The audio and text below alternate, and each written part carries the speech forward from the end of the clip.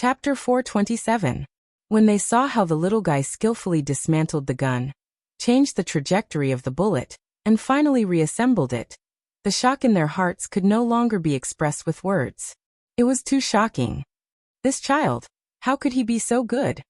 Not only was he good with guns, but he even knew that the trajectory of the bullet had been changed, and he could even change it back. If they hadn't seen it with their own eyes, they would have found it hard to believe. Xiao Yichen knew that time was running out, so he didn't waste any more time. He reloaded the gun and pulled the trigger. The bullet was no longer as slow as before.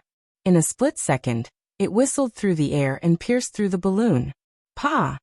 In a flash, the balloon burst without even seeing the bullet's trajectory. While everyone was still in shock, Xiao Yichen reloaded the gun, aimed, and pulled the trigger again and again. Unknowingly, his amazing results quickly attracted the attention of the surrounding audience. When they saw that there was a child playing a shooting game, and he was only 6 years old at that, they all came over in admiration. Pa! Pa! Pa! As the balloons burst one by one, the scoreboard fell to the ground. In the last second on the timer, the 30th balloon burst and the scoreboard fell. Xiao Yichen put down the gun. The staff member at the side pressed the timer, but he was already stunned and speechless. The surrounding audience was even more amazed. Oh my God, this child was amazing. Help me count the points, thank you. Xiao Yichen said expressionlessly. The staff member was still a little dazed, but under the urging of the little kid's icy gaze, he quickly counted the scoreboard that had fallen to the ground. His luck wasn't good, so he didn't have many points. However, he won by having so many scoreboards. In total, he had more than 300 points. Xiao Yichen raised his eyebrows, but he didn't show the excitement that everyone expected a child to have. It was as if he had already expected this result, and was determined to get it. Little kid, congratulations, you have 320 points. What kind of prize do you want? Xiao Yichen looked at the huge panda plushie on the display stage. His eyes moved, and there was a hint of gentleness in them as he pointed at it. Is that the panda over there? Yes. That's it. Xiao Yichen waited for her to pass the doll to him. The staff member nodded and walked to the display stand to pick up the panda plushie. Little Zhang, wait. How many more pandas are there? A staff member from another shooting range asked nervously as he rushed over. Just one. What's wrong? Is there no more stock? Yeah, there's only one left. What's wrong? What should we do? There was a tourist over there. The mission was completed. What a coincidence. He also wants this panda. Do you have any tourists on your side? Yes. Little Zhang nodded. He recalled Xiao Yichen's swift and fierce movements when he was shooting. He still hadn't recovered from the shock. Then what should we do? That tourist over there also took a fancy to it. But the tourists on my side also took a fancy to it. Which one? Let me see. That child over there. Do you see him? Chapter 428. The staff member looked in the direction that little Zhang was pointing at, and saw a 6-year-old kid. His face darkened as he said suspiciously, Are you kidding me? That's a 6-year-old kid. Kids under the age of 10 can't play this game. The gun is so heavy and the rules are so strict. As he spoke, he couldn't help but question. Did you go easy on the kid because he looks cute? Don't spout nonsense. How is that possible? Although the kid is young, he's quite capable. This kid didn't cheat. He hit 30 balloons in 60 seconds and accumulated 320 points. Impossible. The staff member's face turned pale. He felt that it was ridiculous. My tourist came from a military school, and is very good at shooting. Even so, he only hit 20 balloons and got 300 points. I'm not lying to you. The staff member didn't believe him. He shook his head and said, this tourist isn't easy to deal with. He specially brought his girlfriend here, and his girlfriend took a fancy to this panda. He obviously wants to use this panda to coax his girlfriend. He only passed after playing a few times. You have a kid here, so he's definitely easier to deal with than my tourist. Why don't you coax him, and let him choose a new prize? Little Yichen stood at the same spot for a long time until, from the corner of his eye, he saw a staff member carrying the panda toward another man. His heart tightened as he hurried over, and called out to the man. This panda is my prize. Where are you taking it? The staff member smiled awkwardly. Kid, this big brother has also finished the game. Do you want to change the prize? No, Xiao-Chen said firmly. This toy is a gift for my brother. I won, so it should be mine. Isn't that what the rules say? The staff member was speechless. Kid, go away. This is not your place to speak. A young man walked over from the side. His appearance wasn't outstanding and there was a ruffian look in his eyes. He walked in front of the staff member and looked at him with disdain before coldly chasing him away. Did I speak to you? Xiao-Chen frowned and asked coldly. Brat, are you so arrogant? The young man was clearly agitated by Xiao-Chen's indifference. I won this prize from a game. What does it have to do with you? Xiao-Chen said calmly. How can it not matter? I won the game too. Haha. Stop bragging. Brat. The young man laughed a few times as if he had heard the funniest joke in the world. Finally he said coldly, You've just been weaned. How can you play with a gun? What a joke. A short-sighted person is like a frog at the bottom of a well. Xiao-Chen mocked him with an idiom he had just learned. The man's lips twitched when he heard that.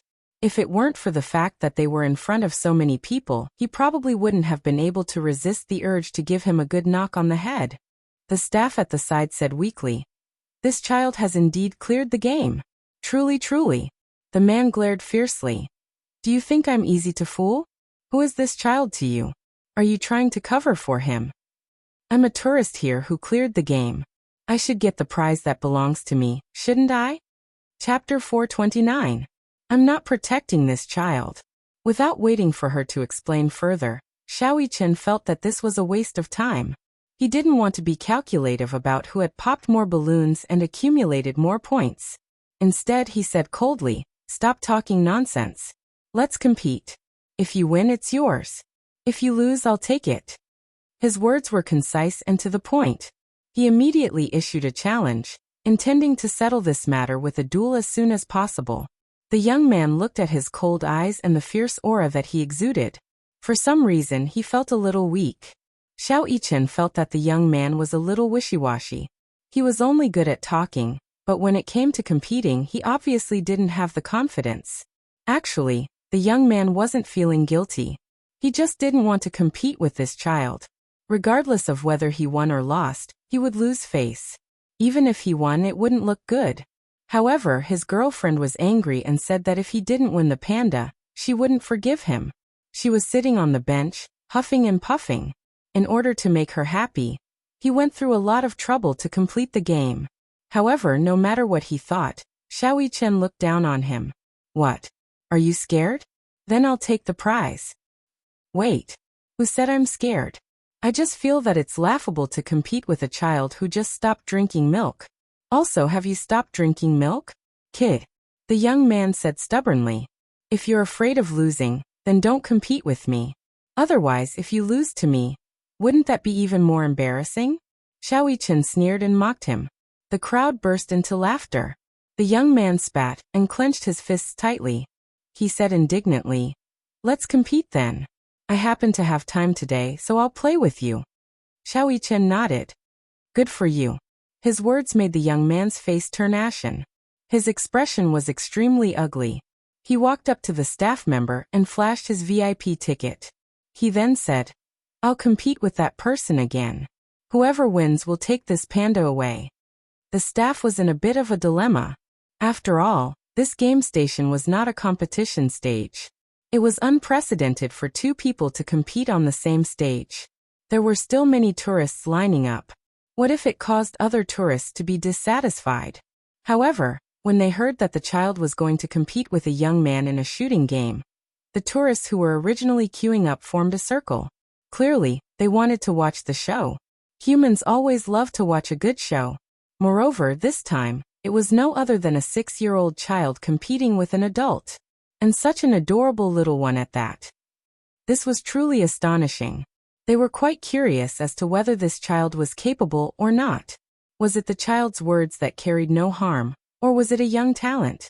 Therefore, everyone was curious and wanted to know who would win in the end. The man was in a difficult position.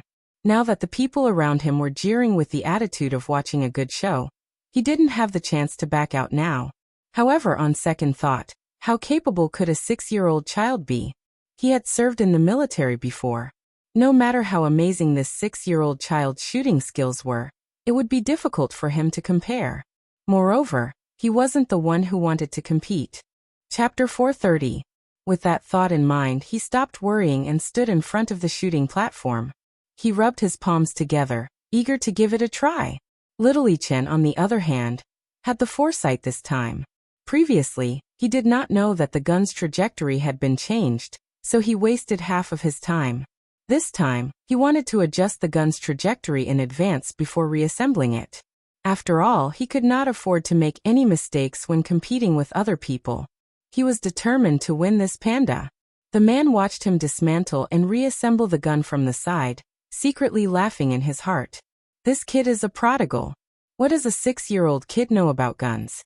Can he know better than me? Dismantling and reassembling the gun, the kid might accidentally lose a part of the gun. When the game starts, the gun won't be able to shoot. Don't blame me for being heartless. Are you ready? The staff member held the timer and saw that both sides had already raised their guns and were eyeing the balloon board covetously, so he said, "Begin." As soon as he finished speaking, the man took the lead and fired the first round of bullets. He opened the door to victory and burst a balloon in an instant. His technique was quite professional, at least he did not look like a layman. When the crowd looked at the other side, they were all stunned. They saw Xiao Yichen aiming at the balloon board. Every bullet he fired hit the balloon accurately. Then he swiftly loaded the gun and pulled the trigger again. His movements were as smooth as flowing water. The bullets shot out were like thunder, with an irresistible force. Bang, bang, bang. The sound of balloons bursting could be heard continuously. This was undoubtedly a competition of equal strength. No, if the two sides were to be compared, those who were observant would realize that Xiao Yichen's hand speed was faster than the man's by a few seconds. Compared to the man's frantic movements, his face was calm and his posture was as steady as a mountain. Looking at the balloon board, his breathing was calm and his gaze was like a torch. The fierceness and murderous intent in his eyes was not something a child should have. His movements were unbelievably coordinated. The whole process was seamless, as if he and the gun had become one. Their coordination was perfect. The speed of the cutting was too much for the eyes to take in. This was clearly a one-sided showdown. Everyone was dumbfounded by what they saw. In comparison, this child was the real expert. While they were curious about how a 6-year-old child could be so accurate with a gun, time passed quickly. Soon a countdown was announced. 8, 7, 3, 2. At the last second, Xiao Yichen raised his gun and narrowed his eyes coldly. The corners of his mouth suddenly curved into a cold and evil smile. This smile was like a confident smile with victory in his grasp. He pulled the trigger.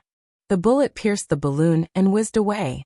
The last balloon on the balloon board, along with the accumulative points card inside, shattered and fell to the ground with a popping sound. Time's up. The staff called for a halt. However, at this moment, the surrounding crowd fell into a suffocating silence. No one cheered, and no one made a sound. Everyone held their breath and waited for the staff to announce the final result. Chapter 431. The man was obviously very confident in his results. He had counted the number of balloons he had shot. He had shot about 30 balloons, which was better than his previous results. This time, there should be no problems. While the staff was calculating the points, he looked at Xiao Yichen.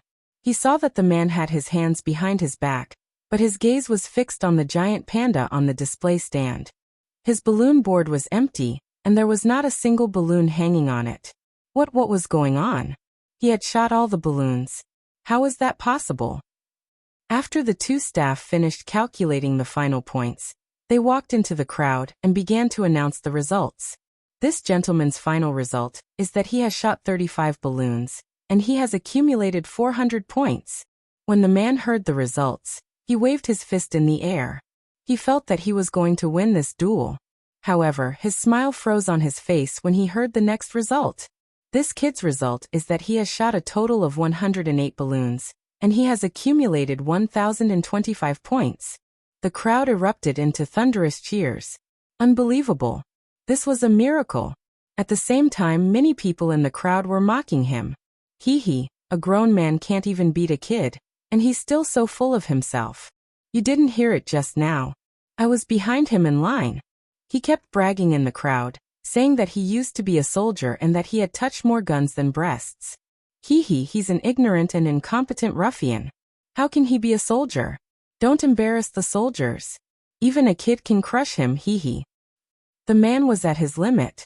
Suddenly he pointed at the staff and said in exasperation, Cheating! Cheating! 108 balloons. Who would believe that? How could a kid do that? As soon as he finished speaking, the crowd erupted in support of him, mocking him for being a sore loser. We believe it. That's right. We saw it just now. This kid is better than you. Just admit defeat. You're a grown man, but your skills are inferior, and you can't afford to lose. This kind of gun is able to explode balloons because of experience and skill. 60 seconds, only 60 seconds. The whole process of loading and firing takes 1 second. 60 seconds at most can explode 60 balloons, I believe. Xiao Yichen said coldly. Don't compare me to a piece of trash like you who can only shoot 30 balloons, okay? With a lukewarm insult, the other man's face immediately turned ashen, and he lost all face. What did you say? I said you're a piece of trash. Little Yichen did not give him any face. Don't you know? I changed the ballistics and mechanism. That was why the two guns were different. Little Yichen's modified gun could fire 5 rounds in a row, which saved a lot of time. The man was speechless. He was so angry that the muscles on his face were twitching. Come, little kid. The staff smiled and passed the 1.5-meter-long panda to him. Xiao Yichen hugged it with both hands. The panda was indeed a real panda. It was 1.5 meter long, soft, and comfortable to hug. Xiao Yichen hugged it with both hands, almost covering his entire body. Only then was he satisfied and left with her in his arms. Chapter 432. Hugging the panda with both hands, he was troubled. He had won the prize to give it to the little guy, his younger brother. But how should he give it to him? Just as he was in a dilemma, he suddenly came back to his senses and felt that someone was following him. His senses were extremely sharp and his sixth sense of danger was quite strong. However, with the panda in his hands, his vision was blocked and he looked at the ground. Behind him, a long shadow was following him like a shadow. He was cautious. He turned a corner and placed the panda on the bench. When he turned around, he saw that the man from before had followed him. You're haunting me. What do you want? Xiao Yichen was very alert. He glanced at him and knew that this man did not come with good intentions. Hence, he stared at him vigilantly. The man's lips curled and he suddenly laughed sinisterly. Little brat, you're very arrogant. Do you know that you've embarrassed me today? This stinking brat came out of nowhere and made him lose all his face. He didn't expect that his girlfriend had also seen the duel just now. Her boyfriend had actually lost to a 6-year-old brat. Naturally, the outcome was to ruthlessly ridicule him. Hence, he was even more embarrassed. He was born into a proud family and entered the army at the age of 18. He was proud of his good family background and had never taken anyone seriously. Now that he had suffered such a huge loss at the hands of a 6-year-old brat, he naturally had a belly full of anger that he had nowhere to vent. For some reason, he followed them here. Damn it. Little brat, you embarrass me so much. How are you going to compensate me? Go back and practice your marksmanship, so that you won't lose to a 5-year-old brat again. Xiao Yichen said coldly and mercilessly. You damn it. You're asking for a beating. As he said that, he stuck his hand into his pocket and kicked at him. In the blink of an eye. In the blink of an eye. Xiao Yichen moved like lightning and dodged the attack easily. Before the man could retract his leg, he used his palm to strike the weakest part of the man's knee. No matter what kind of hellish training a child received, it was inevitable that there would be a huge difference in strength between an adult man who had undergone the same training.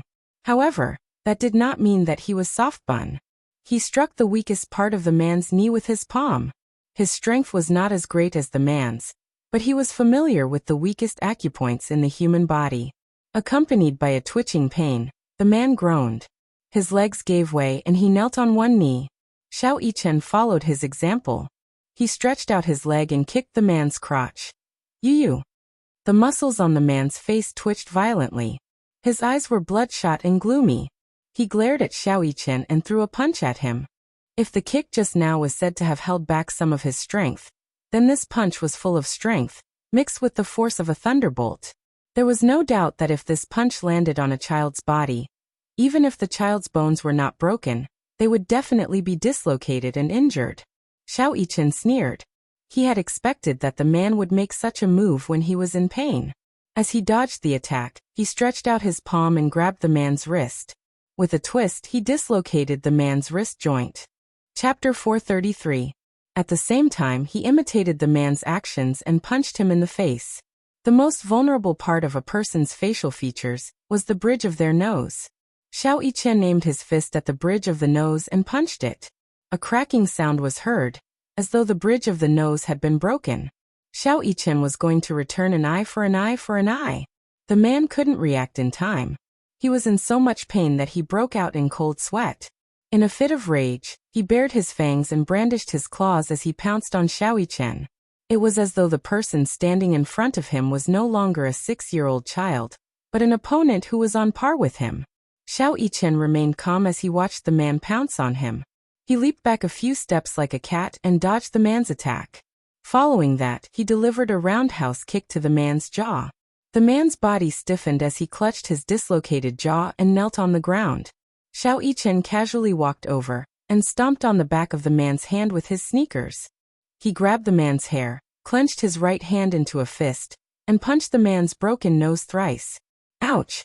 The man howled in pain. The excruciating pain made him lose all strength to resist.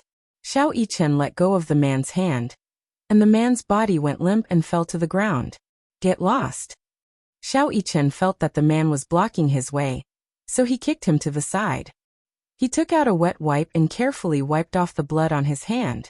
It was the man's nosebleed. Xiao Yichen frowned in disgust. He was a clean freak, so one wet wipe wasn't enough. He took out a few more and wiped his hand before throwing them on the man's face. He took out a lollipop, slowly tore off the wrapper, and put it in his mouth. Then, he picked up the panda and looked coldly at the man on the ground who refused to move. You can't even withstand a single blow. Then, he stepped on the man's back and walked away.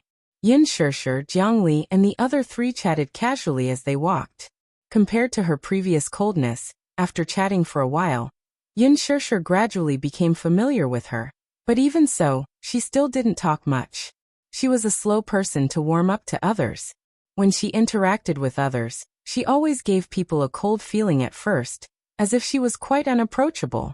But when they were really close as a friend, Yin Shishir was still relatively gentle.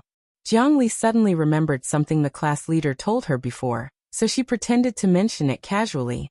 Shishir, did you know that our class has a reunion every year? But it's been 6 years, and you're the only one missing. Everyone feels very lonely. The class monitor has always had a wish, and that is to have our class reunion together. What do you think? Yin Shishir suddenly fell silent for a moment. Class reunion. What she meant was that she was inviting her to participate.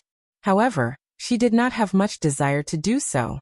It was not because of anything else, but because she felt that everyone in the class was so unfamiliar to her after being classmates for 4 years. To her, a reunion would only be awkward. Chapter 434. Sure, you don't have to think too much about it. I know what kind of grievances you've suffered in university, but who doesn't have such twists and turns in their youth? All these joys and sorrows are now in the past. Now, when classmates gather together, it's more about reminiscing about their youth. After all, it's hard to erase the feelings of being classmates for 4 years. Yes, I know. Yin Tianyu walked to the side and listened in silence. When he heard that his mommy seemed to have suffered a lot in university, his heart ached slightly. It should have something to do with him. He had more or less heard from Yin Na that his mommy had put in a lot of effort to take care of him in university. In school, rumors about his mommy's unmarried child had spread like wildfire.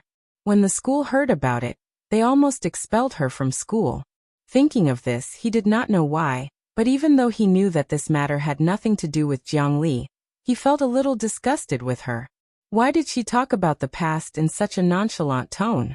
Could it be that the so-called pain had become a memory and was no longer painful? Not to mention feeling empathy. How could one know how painful it was if they were not pricked by needles themselves? She even said that she treated his mommy as a friend, but he knew that she was up to no good. Jiangli did not notice the silent and indifferent Yun Tianyu at the side. Naturally, she did not know what the little lad was secretly criticizing her in his heart. She was only trying her best to persuade Yin Shirshir. Shirshir, do me the honor of attending the class reunion next month. Just take it as giving me some face, that's fine. Everyone misses you. I wonder how you've been for the past 6 years. Are you doing well? As she spoke, she took out a text message to show her. Look, the class monitor specially instructed me to invite you. Such a difficult task has fallen on me. You won't watch me fail to complete my mission and be condemned by everyone, right? Yin Shirshir could not help but be amused by her. Why are you exaggerating? Exaggerating? This isn't an exaggeration at all. It's been 6 years. We haven't seen each other for 6 years. How many 6 years do you have in life? When you graduate, you disappear without a word with your diploma. It's rare for me to meet you today. It's fate. No matter what, you must come. Jiangli's attitude was stubborn as she begged again and again. Yin Shirshir couldn't refuse, so she reluctantly agreed. Jiangli was so excited that she jumped 3 feet high. She hugged Yin Shirshir and shouted a few times. Then, she immediately shared the news in the WeChat group. The group instantly exploded. Everyone was very excited. Yin Shirshir had once suffered a lot of rumors and slanders, but she was the most popular campus belle in the university. After disappearing for 6 years, all the members of the class had finally gathered. The most excited one was the class monitor. Jiangli teased a few times, obviously in a good mood. Without realizing it, the 4 of them had reached the entrance of the haunted house. Yin Tianyu's interest was piqued, and he wanted to go in and play. Mommy, do you dare to go in and play? Standing at the entrance of the haunted house, Yin Tianyu smirked as he hugged Yin Shirshir's arm. Yin Shirshir looked at him in surprise. You want to play? I want to play. I want to play, he said coquettishly. I want mommy to play with me. Chapter 435. It's very dark inside though. Yin Shirshir was a little afraid of the dark. Yin Tianyu smiled. What are you afraid of, mommy? You have me, don't you? This is an adult attraction.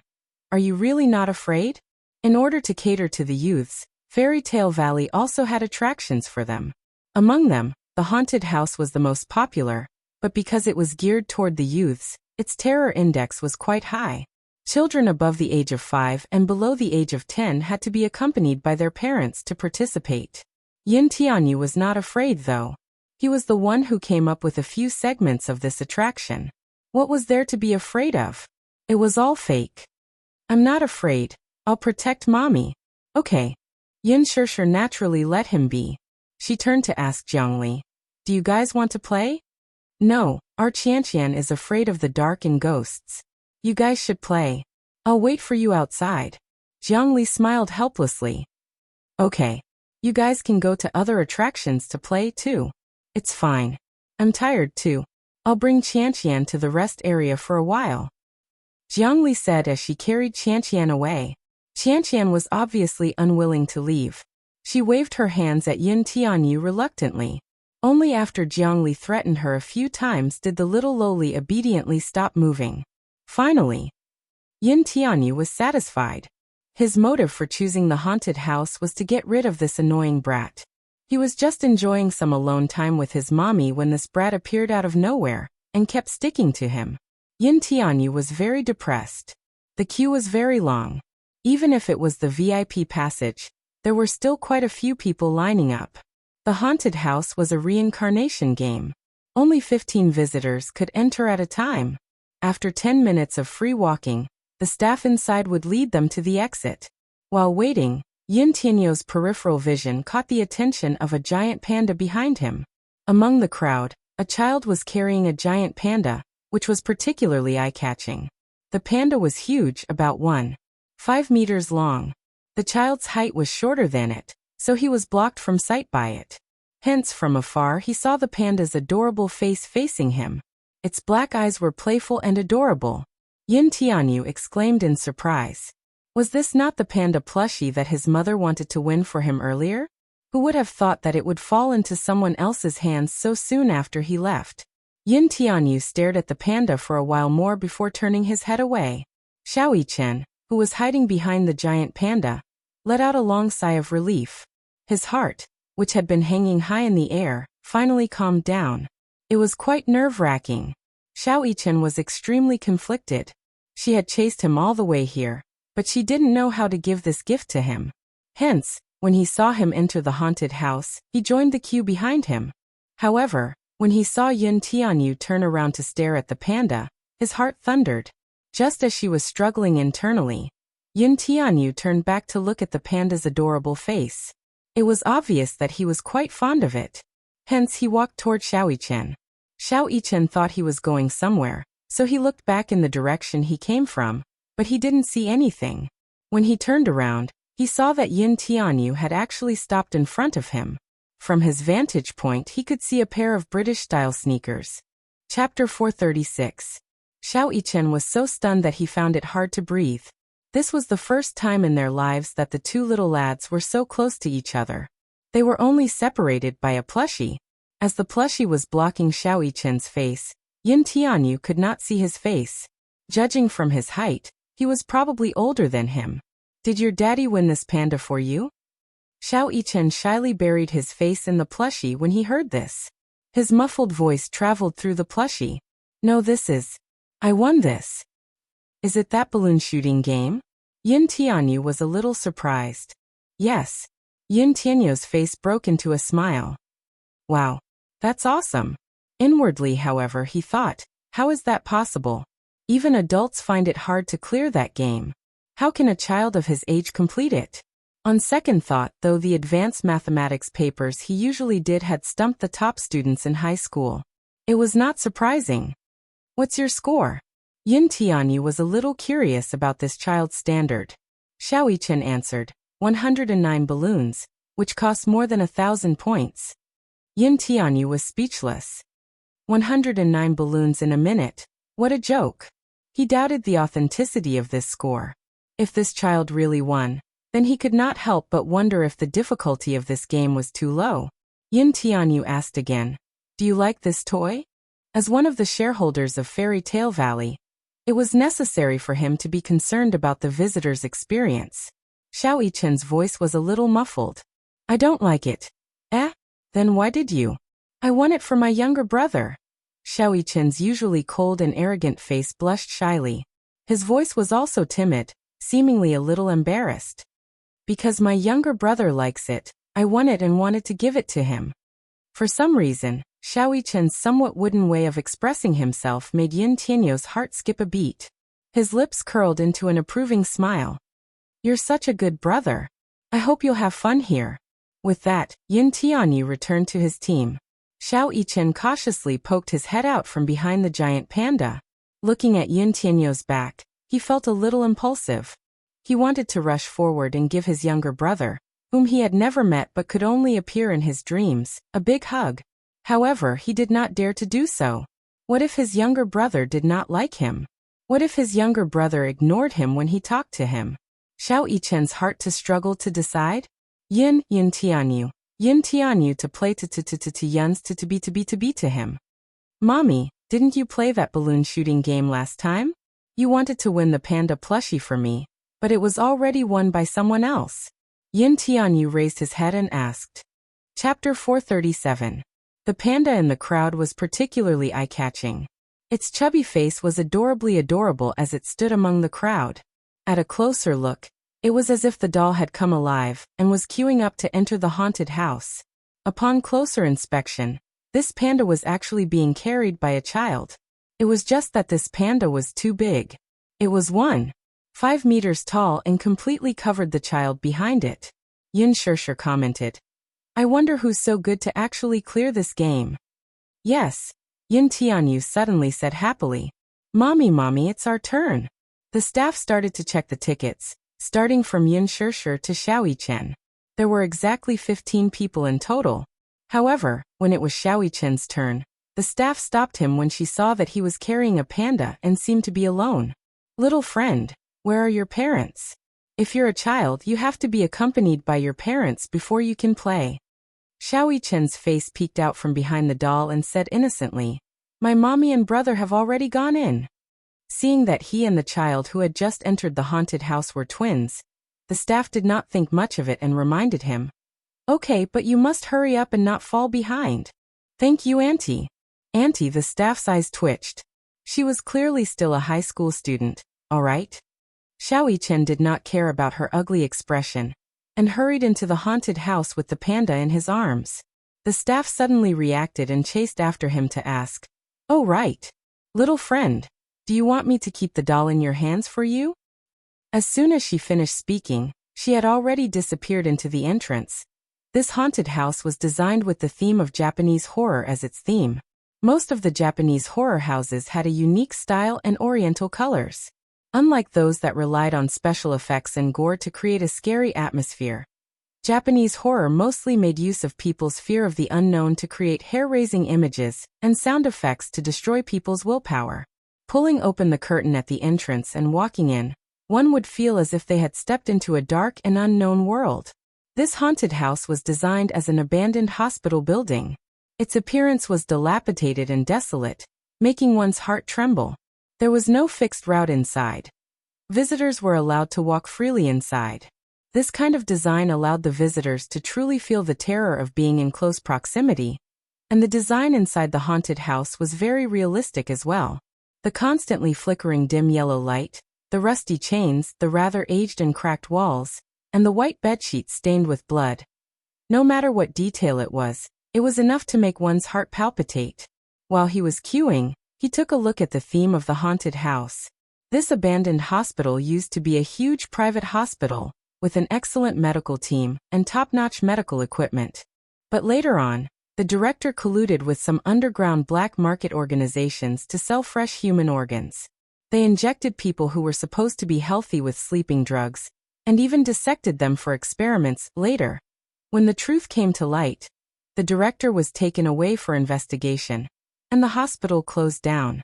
Gradually, it was abandoned, but the rumors of a haunted house slowly spread. Chapter 438. Xiaoyi-chen pursed his lips tightly. When this batch of 15 visitors stepped into the haunted house, most of them had already dispersed. He tried his best to keep up with Yin Shishir and Yin Tianyu, who were walking in front, based on the sound alone. He was a little afraid of the dark, especially in such an environment. It was inevitable that he would feel a little flustered. Hence, the little guy could not help hugging the panda tighter, as if this could ward off some of his fear. Yin Shishir and Yin Tianyu walked in front. As the haunted house was very dim, and Yin Shishir was also a little afraid of the dark, she walked very slowly. Yin Tianyu walked beside her with a calm look on his face. It was not because of anything else but because this haunted house was in its operational stage. He was among the first batch of people to try it out. He was very clear about the mode, the traps, and even the staff who would suddenly appear and pretend to be ghosts to scare people. Hence, the route he took with Yin Shishir was relatively safer.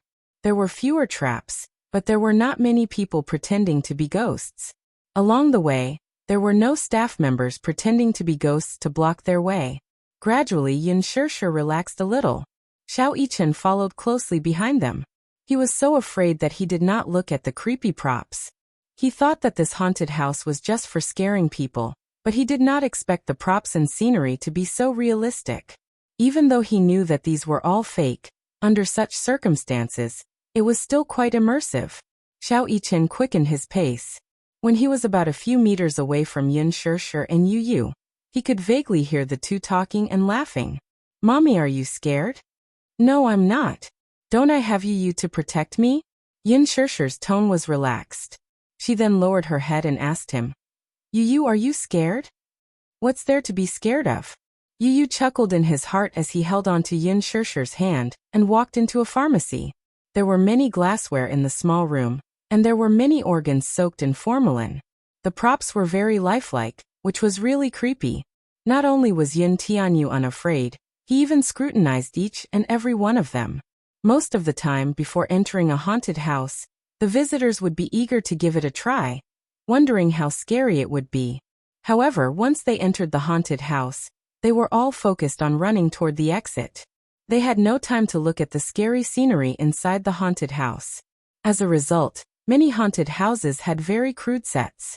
However, the haunted houses in Fairy Tale Valley had very detailed decorations, and they strived for realism. Due to the high terror factor, the haunted house was equipped with many first aid stations. Once you reached the first aid station, there would be workers to lead you out of the haunted house. Xiao Yichen watched them tour the pharmacy from afar. Suddenly, he heard a series of quick footsteps behind him. His senses were very sharp, whether it was his vision or his hearing. Coupled with his high vigilance, he couldn't help but stop in his tracks and frown.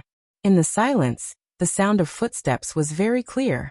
Xiao Yichen threw the panda on the ground and hid in a corner. He saw a man slowly walking to his previous position. His attire was dark, as if he was trying to hide it from others. He was wearing a cap, so it was impossible to see his face clearly. Xiao Yichen sized him up carefully, and saw that his hand was still clasped around his waist. Chapter 439. His eyesight was very sharp in the dark, so he could tell at once that the bulging silhouette was a gun. From its silhouette, he could tell that it was a desert eagle. It was very powerful, and had a strong penetrating power. A gun? Why would this person have a gun? How did he pass the security check with such a terrifying weapon of mass destruction? Before Xiao Yichen could be surprised, he saw the man kick the panda aside and walk forward. He slowly stood up and suddenly thought of Yun Shishir and Yun Tianyu. Knowing that something was wrong, he cautiously followed the man. Inside the pharmacy, Yun Tianyu was not aware of the approaching danger. Instead, he was studying the props in the glassware with great interest. Yun Shishir watched from the side with trepidation. She felt that such a haunted house was not for a child of Yun Tianyu's age. What worried her more was that Yun Tianyu did not seem to be afraid at all. Instead, he seemed to be curious about the setting. She was a little regretful and worried that it would negatively affect the child's mentality. Yu, let's go. It's a little spooky here. Yu raised his head and saw Yun Shishir's uncomfortable expression. He immediately said, "Okay." As the two walked out of the pharmacy, Yun Tianyu heard footsteps approaching.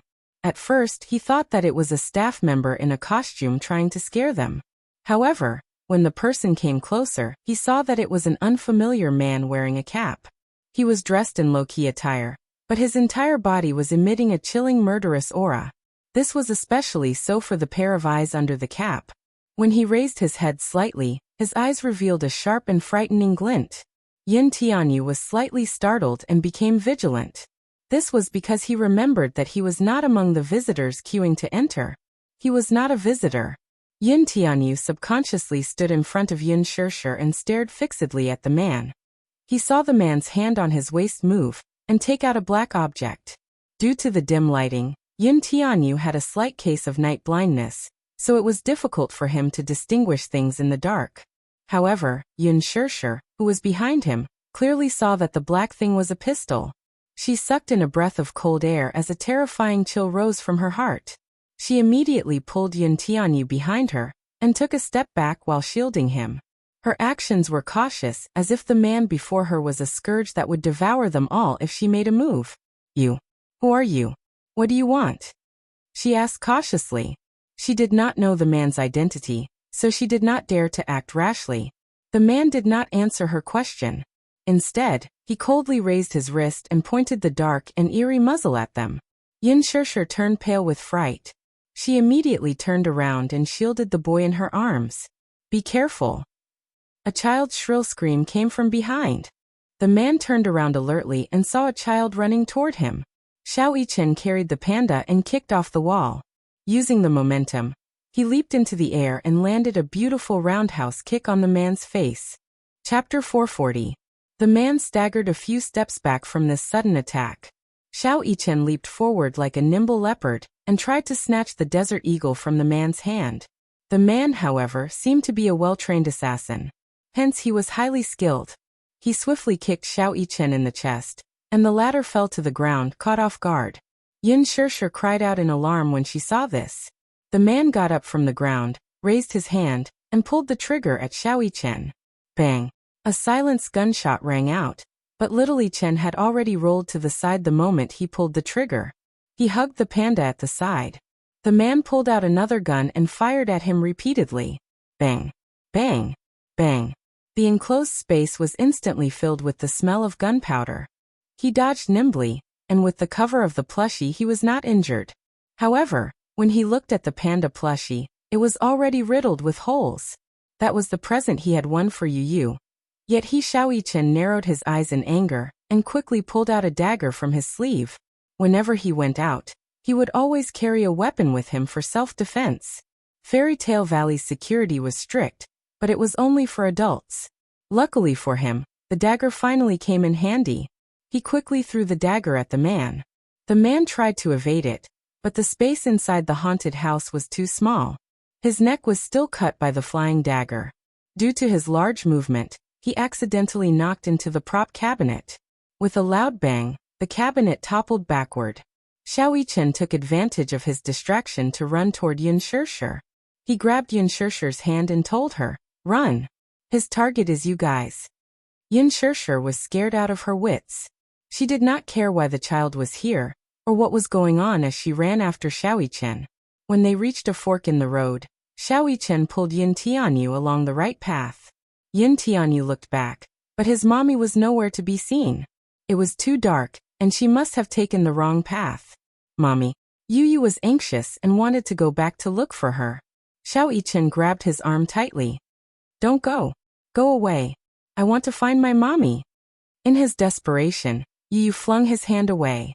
He was worried about his mommy's safety and could not care less. Xiao Yichen angrily stomped his feet and chased after him. However, when they turned the corner, they bumped into the man who was chasing after them. Yin was startled, while Xiao Yu. This man's target was Yin Tianyu. Xiao Yichen immediately grabbed Yin Tianyu's arm and ran. As he ran he said, "Don't worry, your mommy will be fine. His target is you. He's here to kill you, do you understand?" Yin Tianyu's eyes widened in shock. He was clearly in disbelief. The man's footsteps followed closely behind him. Xiao Yichen anxiously looked back, only to see the man raise his wrist and aim at Yin Tianyu's back. He was about to pull the trigger. Xiao Yichen knew that something was wrong. He immediately pounced on Yin Tianyu and pinned him to the ground. Chapter 441. Bang! The bullet pierced through the air and flew past his hair, shattering the glassware on the cabinet beside him. Not far from them was an ambulance. A few staff members rushed over when they heard the commotion. Xiao Yichen seemed to have grasped at a life-saving straw as he shouted, "Uncle, uncle, someone's trying to kill us. Someone's trying to kill us." The few staff members did not take his words to heart. In the haunted house, most of the frightened visitors would shout for help like this. In fact, they were all frightened by the ghosts. Hence they walked over and said with a smile, "Kids, don't be afraid. Uncle will bring you out." Halfway through their conversation, they saw that behind the two little munchkins, the man had yet to put away his gun. The cold muzzle of the gun was emitting a wisp of smoke. "Murder! Murder!" Before he could finish his words, a bullet pierced through his throat. Blood splattered on the wall. The pungent smell of blood permeated the air instantly. In the blink of an eye, the man's body fell limply to the ground, turning into a cold corpse. The other staff member was completely frightened and screamed, "Help! Help!" At this moment, a group of visitors was walking toward the exit. When they heard the gunshot and saw the corpse on the ground, a commotion broke out. "Murder! Someone's trying to kill us! Help!" Ear-piercing screams were incessant. The scene was chaotic and the crowd lost control. Using the cover, Xiao Yichen got up from the ground with Yu Yu and groped for the exit. Yu Yu's mind was in a mess. On one hand, he was worried about his mother's safety. On the other hand, he wanted to know the background of this man, and why he wanted to kill him. For a moment, his thoughts were in a mess. Xiao Yichen pulled him along as he groped around the haunted house. With the crowd inside, he did not know where the exit was, so he did not know where it was. When he turned back to look at Yin Tianyu, he saw him clutching his chest and breathing heavily. His physical fitness was not good. Excessive running would only deplete his energy and cause breathing difficulties. Are you okay? Xiao Yichen looked at him worriedly. Yin Tianyu was panting heavily. His small hand clutched his chest tightly as his face contorted in pain. His left hand fumbled in his trouser pocket, and finally found a bottle of medicine. He swallowed the medicine, and his brows relaxed a little. Xiao Yichen could not care less. He gritted his teeth and carried him on his back. Yu's heart skipped a beat. You, don't speak. It's more important to conserve your energy. Xiao Yichen said this as he looked around. Yin Tianyu took out his phone to check the route. Closing his eyes slightly, every escape route on the haunted house's blueprint appeared clearly in his mind. He slowly said, I know the way. Go straight ahead and turn left at the end. Are you sure? Little Yichen was a little skeptical. Trust me. Okay. Following Yu's direction, Xiao Yichen carried him and dashed toward the exit. Yu had a strong sense of direction. Even in the dark, he could tell which way would lead him to the exit with the help of the dim light. Chapter 442. Xiao Yichen carried him on his back with nimble steps. His physical strength was considered outstanding even among teenagers, let alone children of his age. Soon, they successfully escaped from the haunted house. Outside the haunted house, the crowd was in a mess. Amidst the chaos, Xiao Yichen vaguely saw a man hiding in the crowd, searching for them. Alarmed, he ran in the opposite direction. The man turned his gaze and quickly spotted Xiao Yichen and Yin Tianyu in the crowd. He followed their footsteps and followed them closely. Yin Tianyu quickly recovered and struggled to get down from Xiao Yichen's back. Xiao Yichen held his hand tightly. Seeing the Ferris wheel not far away, he had an idea. Let's go. In front of the Ferris wheel, there were 2 long queues. With 2 VIP tickets, Xiao Yichen successfully passed through the VIP passage and boarded the Ferris wheel with Yin Tianyu. The Ferris wheel slowly rose. Xiao Yichen carefully looked down through the window. With his excellent eyesight, he spotted the man standing among the crowd looking up. He was shocked. This man was not simple. He did not lose them in such an environment and still managed to catch up with them. Was his tracking ability that good? In contrast to Xiao Yichen's panic, Yin Tianyu calmly sat in his seat and dialed Li Hanlin's number. He requested for a security team to pick them up at the Ferris wheel within 5 minutes. After hanging up the phone, he leaned against a corner. His face was expressionless. Little Yichen turned around and saw that the man's complexion was terrible. His lips were pale and he looked extremely weak. After the intense chase earlier, Xiao Yichen knew that Yu must be exhausted. But more than that, he thought that he had not experienced such a thrilling scene before. Hence, he thought that he was scared out of his wits, so he walked over and held his shoulders. With a slight smile, he said, Don't be afraid, I'll protect you. He was a little nervous and worried that his younger brother would not accept him. You want to protect me? Yu looked up, but he evaded the man's intimacy and avoided his touch. He didn't seem to be moved by his closeness. Instead, he maintained a distance. It was extremely unfamiliar. Xiao Yichen's outstretched hand slowly clenched into a fist. In the end, he withdrew his hand somewhat hesitantly. Her fingertips still felt the warmth of his body. It was so warm and real. Xiao Yichen clutched his wrist in a daze. He felt that his younger brother wasn't as approachable as he had imagined. How are you going to protect me? Yu questioned coldly. Clearly, he felt that the child standing in front of him was so weak. He did not believe that the child could protect him. I'm stronger and taller than you. I can definitely protect you, Xiao Yichen said stubbornly. Yu looked up slightly. His gaze was cold and indifferent. He did not seem to accept Xiao Yichen's closeness, and there was a faint sense of alienation on his face. He looked at Xiao Yichen. Even though he was sitting in his seat, Xiao Yichen was much taller than him when he stood in front of him. He was tall enough for Xiao Yichen to raise his head and look up at him. Xiao Yichen was eager to prove that he had the ability to protect his younger brother. However, when his words reached Yu's ears, they had a different meaning. Was this child mocking him for being shorter than him? Chapter 443. You're obviously showing off to me that you're taller than me. I'm not. You're not smart enough, so you're using your height to make up for it? Yu frowned unhappily. Xiao Yichen panicked and tried to explain himself. I'm not mocking you for being short. Don't misunderstand. Also, I'm not stupid. You're not stupid. Yu Yu's lips suddenly curled into a mocking smile.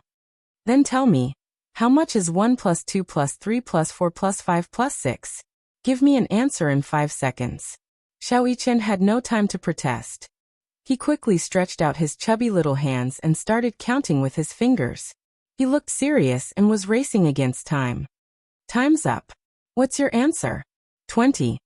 Little Yichen's head spun as he did the math. He hated it the most. 21. Idiot. Don't call me an idiot, Little Yichen pouted. His confidence had been smashed to smithereens, and he felt aggrieved. The little brother he tried his best to protect had such a vicious mouth. Moreover, he didn't seem to like him. But he really liked this little brother of his. He was different from the cold and arrogant attitude he had with other people. Standing in front of Yu, he was more like a helpless older brother who had never tried to coax anyone. However, the way he looked at Yu was gentle. The expression on his face was anxious and uneasy. Because he had been misunderstood. You caused me to be separated from Mommy. I don't want to talk to you. Yu was anxious when he thought about how Mommy was missing and didn't know what was going on. Hence, he turned his head and ignored him. I'm sorry, I didn't do it on purpose. I didn't know she was your mommy. She's your mommy too. You didn't know? Yu glanced at him coldly from the corner of his eyes. His thin lips parted slightly as he said, Mu-Yichen, she's your biological mommy. Remember this well. She is my biological mommy? Xiao Yichen was a little confused. Initially, he knew that Yin Tianyu was his biological younger brother, because blood relations could not lie. How could there be a child in this world who looked so similar to him? Or even almost exactly the same? The same blood flowed in his veins. Therefore, he had an inexplicable telepathic connection with his younger brother. It had been there for as long as he could remember. He would often have a dream. In the dream, a child with the same face as him was walking far ahead while he chased after him with all his might. There seemed to be no end to the road, and no matter how hard he tried, he couldn't catch up with him. Gradually, as he grew up, he would often feel an inexplicable palpitation, or even heartache. Sometimes, his breathing would suddenly become hurried, and he would faint on the ground without any warning. Regarding his symptoms, the specialists were at a loss. After a series of examinations, they all said that his body was very healthy and did not have any illness or hidden illness. Not a clue. However, these symptoms did not stop there. They would often flare up without warning. As he grew up, his soul seemed to be able to enter that child's body in his dreams. Be it joy, anger, sorrow, or even illness, he could feel it as if it were his own body. He gradually understood that this was probably the shackles hidden in his bloodline. Chapter 444. Hence, when he first saw Yin Tianyu, he did not even question his identity and was certain that he was his younger brother. This was because the feeling this child gave him was exactly the same as in his dream. What he did not know, though, was that his biological mother was Yin Shishir. His first reaction was that Yin Shishir was Yin Tianyu's foster mother. Hence, he naturally assumed that Yin Tianyu was unaware of his real identity and had been kept in the dark all this while. Hence, he was very surprised by Yin Tianyu's words. I have a mommy, he reminded him softly. Brother, my mommy is also your mommy. Mu-Yichen, I only have one mommy. Yin Tianyu frowned.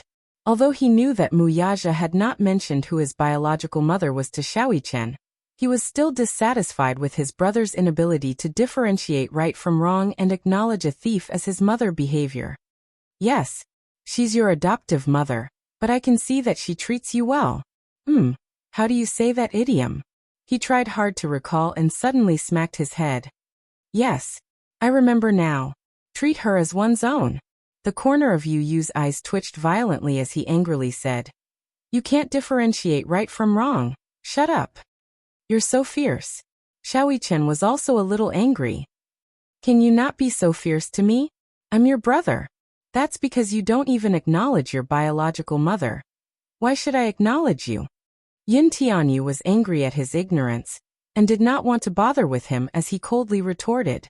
He was like a summer insect that could not be compared to ice. All right, don't be angry. Xiao Yichen somewhat clumsily coaxed him. Now is not the time to bicker. Let's look for mommy together later. Yu Yu frowned but did not say anything in the end. What's your name? Yu Yu raised his head. His eyes flickered before he finally answered reluctantly. Yin Tianyu. Yin Tianyu? How do you write it? Xiao Yichen curiously grabbed his palm. Yin Tianyu wanted to retract his hand in shock, but he realized that Mu Yichen was too strong. No matter how hard he tried, he could not break free from his grip. Xiao Yichen didn't see the resistance in his eyes at all. He only wanted to learn how to write his name, so he wrote the character Yin on his palm stroke by stroke. His eyes were dark and bright as he looked at him. Is it this cloud? Yes. What about Tian? Xiao Yichen wrote the word Tian again.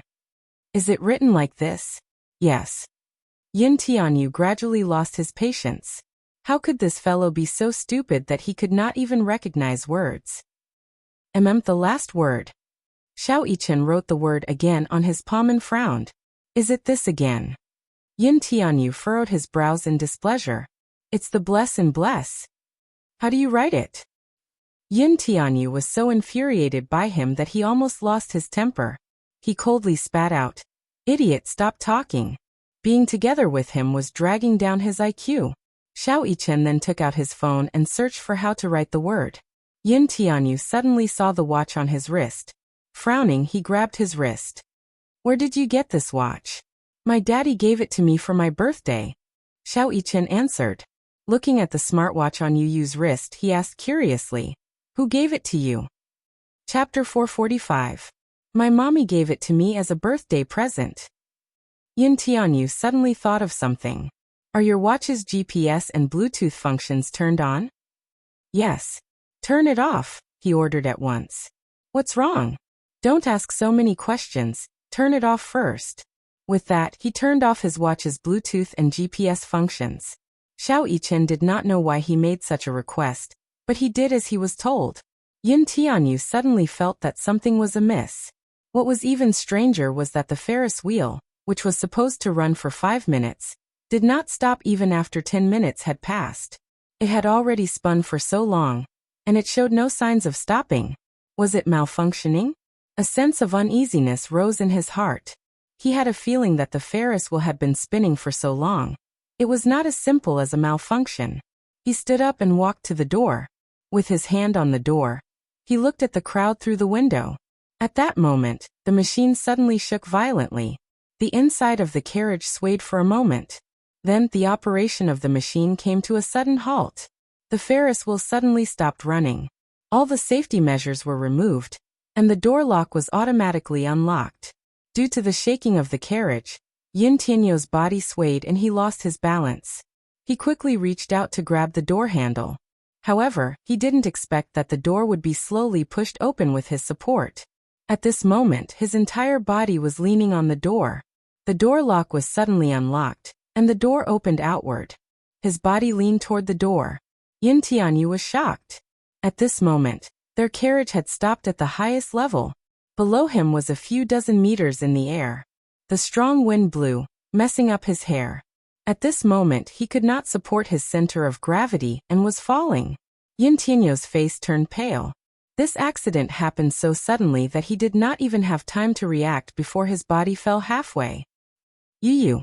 At this critical moment, Xiao Yichen pounced on him and grabbed his arm tightly. High up in the air, Yin Tianyu's body hung outside the carriage. His feet were in the air, and one of his arms was barely hanging on to the edge of the carriage. His other arm was tightly held by Xiao Yichen. Even though he was fast, he was still dragged half a meter away by Yu Yu. Yin Tianyu raised his head and saw Xiao Yichen's face turning red from overexertion. Blue veins gradually appeared on his forehead, and thick, cold sweat trickled down his cheeks. Yin Tianyu was a little surprised. His older brother's grip strength was amazing. Just one of his arms was enough to support his entire weight. Xiao Yichen struggled to hold on to his hand, but the car, which was suspended in midair, continued to sway uncontrollably. While bearing the weight of Yin Tianyu, it still had to maintain its center of gravity. He didn't know if the machine had malfunctioned or something else, but it just stopped moving. Xiao Yichen's body gradually slid out of the car. Seeing that the two little munchkins were about to fall out of the car, Xiao Yichen gritted his teeth and reached out to grab hold of the window. Only then did he manage to stabilize the situation. Yin Tianyou's arm, which was being held tightly by him, was obviously strained. The sharp pain from the tearing of his muscles made him break out in cold sweat. Xiao Yichen was not in a better state. His one arm was bearing almost all of Yin Tianyou's weight. If not for his training, his arm would have been dislocated by now. Chapter 446. Hold on to me, don't let go. Xiao Yichen squeezed out these words with much difficulty. Yin Tianyou grabbed Mu Yichen's wrist. He could feel his trembling wrist. His heart ached as he looked at the latter's face, which was covered in cold sweat. He clenched his teeth tightly as he tried to think of a way to climb into the car. He knew that Xiao Yichen could not hold on for long. However, the car was already swaying due to the tilt. He could feel the vibrations coming from the car with just a slight movement. After a few attempts, Yin Tianyou gave up. At this moment, he had calmed down as fast as he could, and was thinking of a way to turn the situation around. As he pondered, beads of cold sweat rolled down from his forehead to his cheeks and were blown away by the strong wind. On the one hand, it was because of his nervousness and fear. He knew very well that a child's endurance was limited. Even if little Yichen was unwilling to let go of his hand in order to save him, his arm would cramp, dislocate, or even break under the heavy weight for a long time. When that happened, both of them would lose control and fall to the ground. In order to hold on to him, Xiao Yichen exerted all his strength. He gritted his teeth so hard that he wanted to break them. He was so focused on this that he did not have the energy to think of anything else. The situation was at a stalemate. After being separated from the two little lads, Yin Shishir fumbled around the haunted house for quite some time. Perhaps it was because when a person was extremely worried about another matter, they would not be afraid of certain terrifying things. Therefore, when she accidentally fell to the ground and touched a prop of a rotten corpse, she did not feel the slightest bit of fear. She was only thinking about how the two children were doing. Were they all right? She was so worried that she was about to cry. She had a terrible sense of direction. When she finally found the first aid station, there was no one there. However, she was lucky enough to find a survival blueprint on the table. She held it in her hands as if she had found a treasure. Following the escape route outlined on the blueprint, she finally ran out of the haunted house. However, she saw that the crowd outside was in a mess, and there were people shouting for help from time to time. Yin Shishir kept searching for Yu and Xiao Yichen in the crowd. She was so anxious that her voice trembled. Sorry, have you seen two 6-year-old children? Hello, may I ask if you've seen the two children? Many people turned their heads indifferently. In her anxiety, Yin Shishir heard someone in the crowd say, Quick, go take a look. The Ferris wheel has malfunctioned, and the two children are trapped on it. When she heard this, she immediately pushed the crowd. She grabbed the man's collar and asked in a panic, What did you say? You said that two children are trapped on the Ferris wheel? Yes. What kind of children are they? I can't see clearly. I only know that they are two children. As soon as he said that, Yin Shishir immediately ran in the direction of the Ferris wheel. Chapter 447. Li Hanlin was on high alert. No matter who they were, even if they were children, he ordered them to stay away. When Yin Shishir arrived at the scene, she was, without exception, chased away by the security personnel. She was in a daze as she was constantly pushed and even warned. As she was being pushed, she looked up and saw the two children hanging from the Ferris wheel. Her eyesight was not good, but from the color of their clothes, she could tell that the children hanging outside the window were Yu. She cried out in alarm and immediately struggled to get up. She cried and shouted, The two up there are my children. Something happened to them. I can't leave. The security guards did not listen to her explanation. Li Hanlin had ordered that no matter who they were, they should stay away and not get close. Yin Shishir held back her tears and said, I don't know who gave you the order, but please understand that I am the mother of those two children. Please tell them to let me go. The two security guards looked at each other. In the end, they still felt a little sympathetic. Seeing that there was nothing suspicious about her, they didn't dare to take it lightly and sent someone to report it. Not long after, Li Hanlin arrived. When he saw that it was Yin Shirshir, he immediately said, "Miss Yin, you're here." "Principal Li, why are you here?" Yin Shirshir was shocked, but she did not have time to think. Yu is up there. My 2 children are up there. What should I do? Don't panic, I've already sent someone to think of a way. Li Hanlin held the walkie-talkie. When will the emergency backup arrive? Mr. Li, we're already thinking of a way. The person reported. D***. Li Hanlin gritted his teeth and cursed. The staff had just reported that the Ferris wheel had malfunctioned, not because of the machine, but because of human error. Human error. This meant that the Ferris wheel malfunction was not accidental, but premeditated.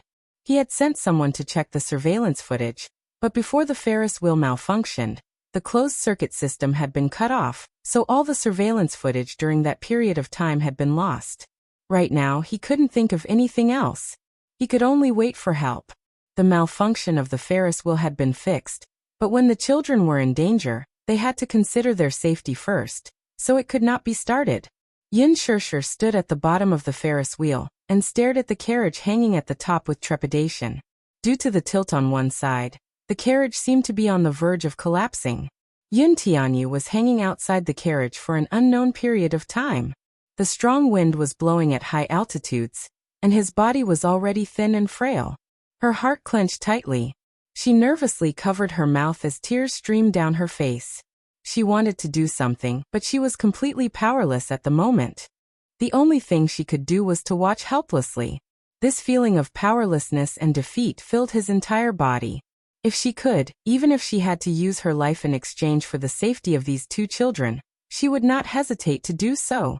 Inside the Ferris wheel, Xiao Yichen and Yin Tianyu had been in a stalemate for more than 10 minutes. Both of them were on the verge of exhaustion. Chapter 448. One of his hands was fastened to the car's safety handrail, while the other was gripping Yin Tianyu's arm tightly. His eyes were fierce and focused. Perhaps due to the force exerted by him, he had unknowingly bitten the corner of his lip, causing a trickle of blood to seep out. Yin Tianyu reached out his hand again, wanting to hook onto the car door, but the distance was not enough, so he gave up once more. Time ticked by, second by second. Xiao Yichen's strength was rapidly depleting. He forced his eyes open. Even though sweat had seeped into his eyes, he did not dare to blink. Xiao Yichen looked at Yin Tianyu and slowly said, "Yu, I don't think I can hold on for much longer." He knew how much strength he had left. 10 minutes was already the limit of the limit. Not to mention a child.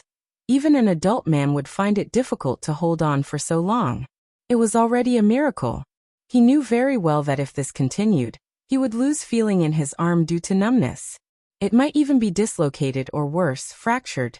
Yin Tianyu's emotions had calmed down, so much so that it was strange. He knew that it was not easy to hold on for so long. He also knew that Xiao Yichen had done his best to save him without regard for his own safety. He was indeed at his limit now. He opened his mouth and wanted to tell him, "If you can't hold on any longer, just let me go. At least save one person." He also wanted to say, "If I'm doomed this time, you must protect mommy on my behalf." However, before he could open his mouth, Xiao Yichen calmly said, "Don't be afraid, I won't let go." Yin Tianyu's eyes lost focus as he dazedly raised his head to look at him with empty eyes. Under his overlapping and unfocused gaze, Xiao Yichen changed from his usual cold and arrogant expression to one of doting gentleness. He lightly said, "I'm your brother. I'll protect you." Yin Tianyu's heart surged with shock when he heard this. Her tone was calm, her words were simple, and there were no fancy vows. However, her true feelings towards him were completely revealed.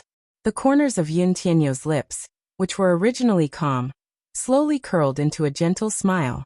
If he didn't give up, then he shouldn't give up either. Even if he had to risk it, he couldn't give up. Yin Tianyu gently closed his eyes, and the entire structure of the car appeared in his mind. With a rough idea in mind, he said, "I have an idea." Xiao Yichen frowned and immediately asked, "What is it?" "Behind you, the seat should be equipped with a seatbelt. Do you see it?" Xiao Yichen turned around and saw the seatbelt. He nodded in response, "I see it. It has a bearing capacity of 200 kilograms. Can you catch it?" "Let me try." "Wait. Yin Tianyu said. If a person exerts force with both hands at the same time, it's easy to dislocate both arms. Xiao Yichen was stunned. Then what should we do? Now I'll grab your arm with both hands. You can use less strength with this arm. Then carefully grab the seatbelt and use the seatbelt to pull me up. With that, he paused for a moment before continuing. Needless to say, your arm will be dislocated if you do that. Chapter 449. Xiao Yichen ignored his last sentence. He tried his best to hold on to the safety lever and leaned his body forward slightly to ensure that Yin Tianyu could grab hold of his arm with both hands. Their actions caused the security personnel below to exclaim in alarm. They were all professionally trained security personnel and were well aware of the limits of the human body. They knew that such an action was extremely dangerous for Xiao Yichen. Yin Shirsher watched on with trepidation. Her heart was beating faster and faster. She was constantly in agony. Yin Tianyu quickly grabbed hold of Xiao Yichen's arm. Although his grip was not as strong as Xiao Yichen's, in this extremely dangerous situation, a person's instinctive will to survive came into play. He gritted his teeth, grabbed hold of Xiao Yichen's arm and said, "I've got a firm grip." "Are you sure?" Xiao Yichen was clearly worried that his grip was not strong enough. If he let go, you would fall. "Yes. Go grab that safety belt." "Okay. Be careful. You must tell me if you can't hold on." With that, Xiao Yichen reached for the safety belt. He failed to grab hold of it after several attempts. However, he was not discouraged. He was racing against time, knowing that every second was a great test for Yin Tianyu. Finally, after much effort, he managed to grab hold of the safety belt. After wrapping the safety belt around his wrist a few times and holding it tightly, Xiao Yichen turned his head and said, "I've got it. Now I'll pull you up. You must hold on to my arm." "Okay." Yin Tianyu was silent for half a second before he vowed, "I know you can do it. I believe in you." "Okay." Xiao Yichen smiled and began to pull him up with all his might. Gritting his teeth, he exerted the last bit of strength in his body and, with a low growl, dragged the boy into the car in an instant. As he pulled Yin Tianyu up, his elbow was dislocated with a crack. Yin Tianyu's left wrist was also dislocated because he exerted too much force. The two little lads rolled into the car. Yin Tianyu quickly grabbed hold of the other safety belt and put it on his shoulder to stabilize his center of gravity. Below them, a series of cheers could be heard. Yin Shirsher was stunned for a long time. Her eyes widened in disbelief. The two little guys actually saved themselves. Oh God. This is a miracle. Only when the car door was closed and locked by Xiao Yichen did she believe that a miracle had truly happened. In her agitation, tears fell like rain. Her body, due to the momentary relaxation after excessive tension, she was limp. She half knelt on. Until now her heartbeat was still unable to calm. As dislocated tooth. For a moment his heart was filled with mixed feelings. However, he seemed to be able to tolerate pain. Even though his wrist was dislocated and deformed, his face remained as calm as still water. Instead, he was more concerned about Yin Tianyu's arm. "How's your wrist?" "I think it's dislocated." Yin Tianyu could not tolerate pain, but he was strong enough to endure it. Even though he was drenched in cold sweat, he did not cry out in pain. After a moment of silence, he was still worried about Xiao Yichen's injury. Chapter 450. "Are you okay?" he asked softly and carefully. His tone was no longer as cold and distant as before. Xiao Yichen was agitated by his change in attitude. Although he did not show it on his face, it was reflected in his trembling voice. "I am fine. Your elbow is dislocated. Does it hurt?" "It should be very painful. After persisting for so long, his nerves must be numb." Now, with a dislocated elbow, Xiao Yichen hurriedly consoled him. "Don't worry. I'm used to it. This is a common occurrence during training." A child's world was very simple. Perhaps, Yin Tianyu was previously hostile toward Xiao Yichen and Muyaja. He was afraid that these two would barge into his carefully guarded world and snatch away his mommy's love. However, a friend in need was a friend indeed. He was not heartless or cold-blooded. Moreover, they were connected by blood. Looking at Xiao Yichen's injured arm now, his heart ached more or less. Yin Tianyu gave Li Hanlin a call and asked him to start the Ferris wheel. Li Hanlin immediately picked up the walkie-talkie and asked the control panel to start the machine. The Ferris wheel slowly resumed operation. The two little lads sat facing each other. Both of them looked quite disheveled. Their hair was messy, their cheeks were wet with cold sweat, and their faces were flushed red. However, when they looked at each other, they seemed to have an innate understanding and smiled at each other. "You're better than I thought." Yin Tianyu pursed his lips and gave a rare compliment. It was very rare for him to praise someone. This time, however, it was from the bottom of his heart. If not for Xiao Yichen's strong physique, who had persisted for so long, he really did not know what would have been waiting for him. Xiao Yichen blushed shyly at this compliment. He opened his mouth a few times, but no words came out. He was obviously shy. The Ferris wheel slowly descended to the ground. The tourists poured out of the car like a tidal wave.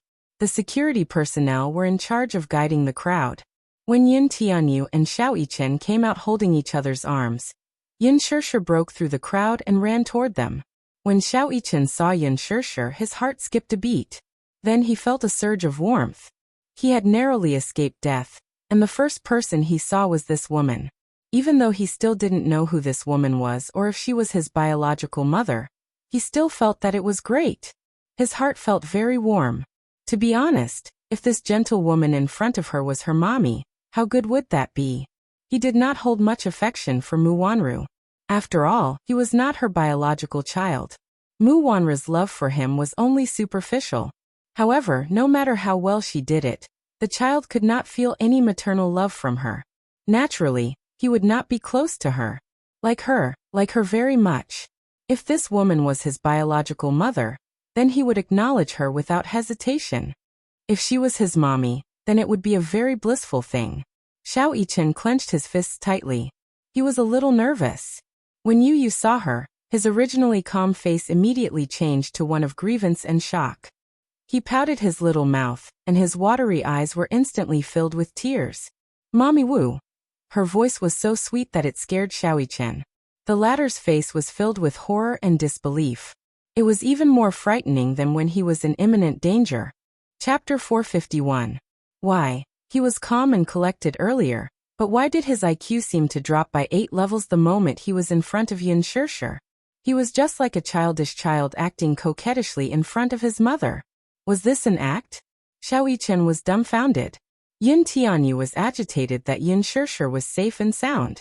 On the one hand, he was whining to her so that Yin Shishir could comfort him. His skills were naturally top-notch, so tears streamed down his face instantly. Seeing this, Yin Shishir felt as if a knife was being twisted in her heart. It was about to shatter into pieces. She immediately half-knelt in front of him and carefully pulled him into her embrace. Her throat was choked with sobs. "You, my baby, don't cry, don't cry. Mommy is here, mommy is here." Yin Shishir kept comforting him. Her heart was in so much pain that she forgot about Xiao Yichen, who was standing at the side. Yin Tianyu held his dislocated wrist and said delicately, "Mommy, my wrist is broken, it hurts." His coquettish tone was the complete opposite of his cold and calm tone on the Ferris wheel. Xiao Yichen almost vomited blood. He could not tell at all. His younger brother was so good at acting spoiled. Yin Shishir looked at his dislocated wrist and felt her heart wrench. When she looked at Yin Tianyu's pale face, her tears flowed uncontrollably. Her heart was in so much pain that she wished that she could bear all the pain that Yin Tianyu was suffering. You're injured. It's mommy's fault. Mommy didn't protect you well." Yin Shishir's heart was in so much pain that it felt as if a knife was being twisted in her heart. She kept apologizing to Yu, feeling that she had not fulfilled her responsibility to protect the child. She blamed herself endlessly, and her heart ached so much that her tears fell like rain. Xiao Yichen stood by the side and watched helplessly. His heart ached. He suddenly remembered that today was his birthday. It was supposed to be a happy birthday with his father, but the Song sisters came uninvited. Not only did they disturb the birthday atmosphere, but they also sowed discord and made his father angry with him. They even left him alone in the amusement park. Mu Yaja knew that this was a punishment. However, after experiencing such a dangerous situation, Mu Yaja's heart was filled with complaints and grievances. Suddenly he was envious of Yin Tianyu. It was great to have a mother who doted on him so much. It wasn't just a little, but a lot of envy. Envy that seeped deep into his bones. He was so envious that he was a little jealous. He felt that Yin Shishir's body was like a warm sun. When he got closer, he felt warm. Xiao Yichen pursed his lips and greedily took a careful step toward Yin Shishir's direction. He got closer and closer. It was as if he would be satisfied just by standing a little closer to her. Yin Tianyu caught his little action from the corner of his eye. He lifted his head from Yin Shishir's embrace and looked at him. Following his gaze, Yin Shishir looked up as well. Yin Tianyu subtly shrunk his body and gave Yin Shishir half the space in her embrace. He hugged her shoulders and whispered into her ear, "Mommy, Big Brother saved me. His name is Muichen." Big Brother. Although he did not call him Big Brother in front of Xiao Yichen, it was enough to prove that he acknowledged Xiao Yichen from the bottom of his heart. This meant that he acknowledged this Big Brother. Chapter 452. It was just that he had always been shy about expressing it. However, it was precisely because he approved of it that he gave up half of the space in Yin Shishir's arms. In the past, he had never liked any child sharing Yin Shishir's love with him. But now he had thought it through. He shouldn't have been so selfish. This way of thinking was a little too childish. Mommy probably liked Xiao Yichen too, right? If he stood in the way, Mommy would definitely be sad. He would never do anything that would make Mommy sad. Yin Shishir looked at Xiao Yichen. At this moment, he was standing helplessly in front of her, holding his dislocated arm. He looked a little uneasy. Her gaze fell on his deformed elbow joint, and her heart ached even more.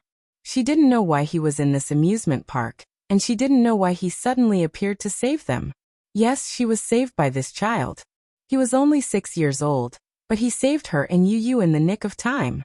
She was very grateful and touched by him, but more than that, she was flustered after surviving a disaster. However, she didn't dare to speak. If she was too proactive, she was afraid that she would scare the child or cause him to reject her. Thus she asked carefully, "Xiao Yichen, are you okay?"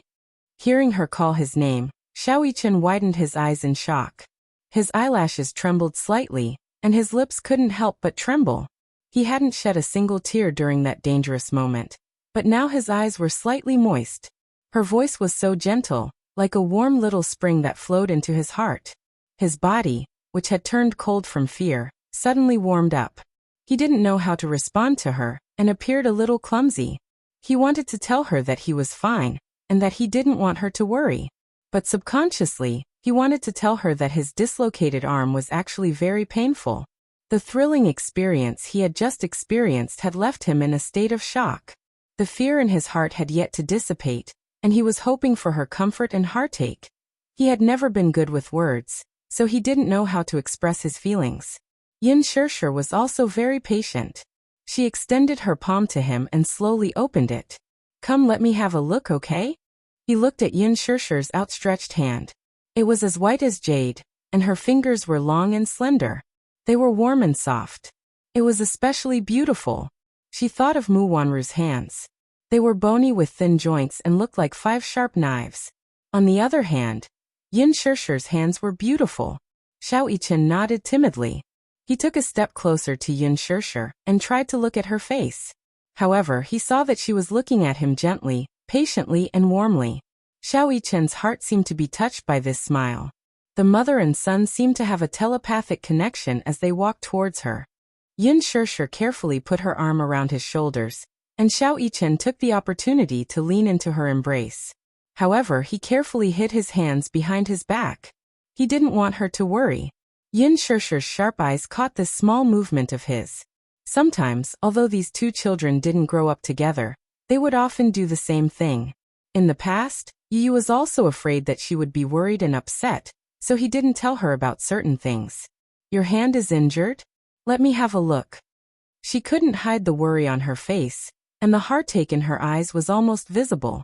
Chapter 453. Xiao Yichen shook his head. He was clearly the one who was injured, yet he was the one comforting her. "It's all right. It doesn't hurt." "How can it not hurt? Let me see." Yin Shishir could not help but let go of his hand. She carefully lifted his arm and, as expected, his elbow was dislocated and deformed. Her heart ached so much that her fingertips trembled uncontrollably. With a lump in her throat, she said sadly, "It must be very painful." The thought of the earlier scene made his heart palpitate. The Ferris wheel had stopped, and Yun Tianyo's entire body was hanging outside the carriage. If not for little Ichen's tight grip on his arm, the two lads would most likely have met with misfortune. It was so high up, dozens of meters. It was as high as a 20-story building. What if they fell? They would definitely be smashed to pieces. She had almost lost her two children, at that critical moment. She could not do anything and could only watch helplessly as her imagination ran wild. Yun Shirshir still felt a lingering fear at the thought of that tragic scene. "Thank you for saving Yu. Thank you." Yun Shirshir was extremely grateful to this child.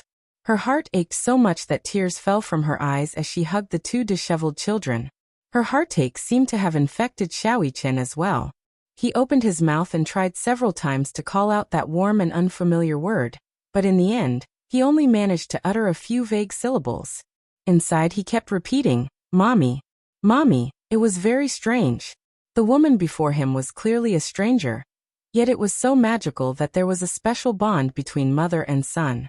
Even though he had not been with her for the past 6 years, he still could not help but feel an inexplicable closeness toward her. She could give him warmth that Mu Wanru could not. However, what he knew all this while restrained him, so he could not easily call out those two words. Even so, he still yearned for this warmth from deep in his heart. The ambulance arrived in no time. Xiao Yichen and Yu were carefully placed on stretchers and carried into the ambulance. Yun Shirshir followed closely behind the medical team. Along the way, the nurses performed various basic tests on them. Yun Shirshir, who was standing at the side, felt her heart clench as she repeatedly asked about the two children's condition.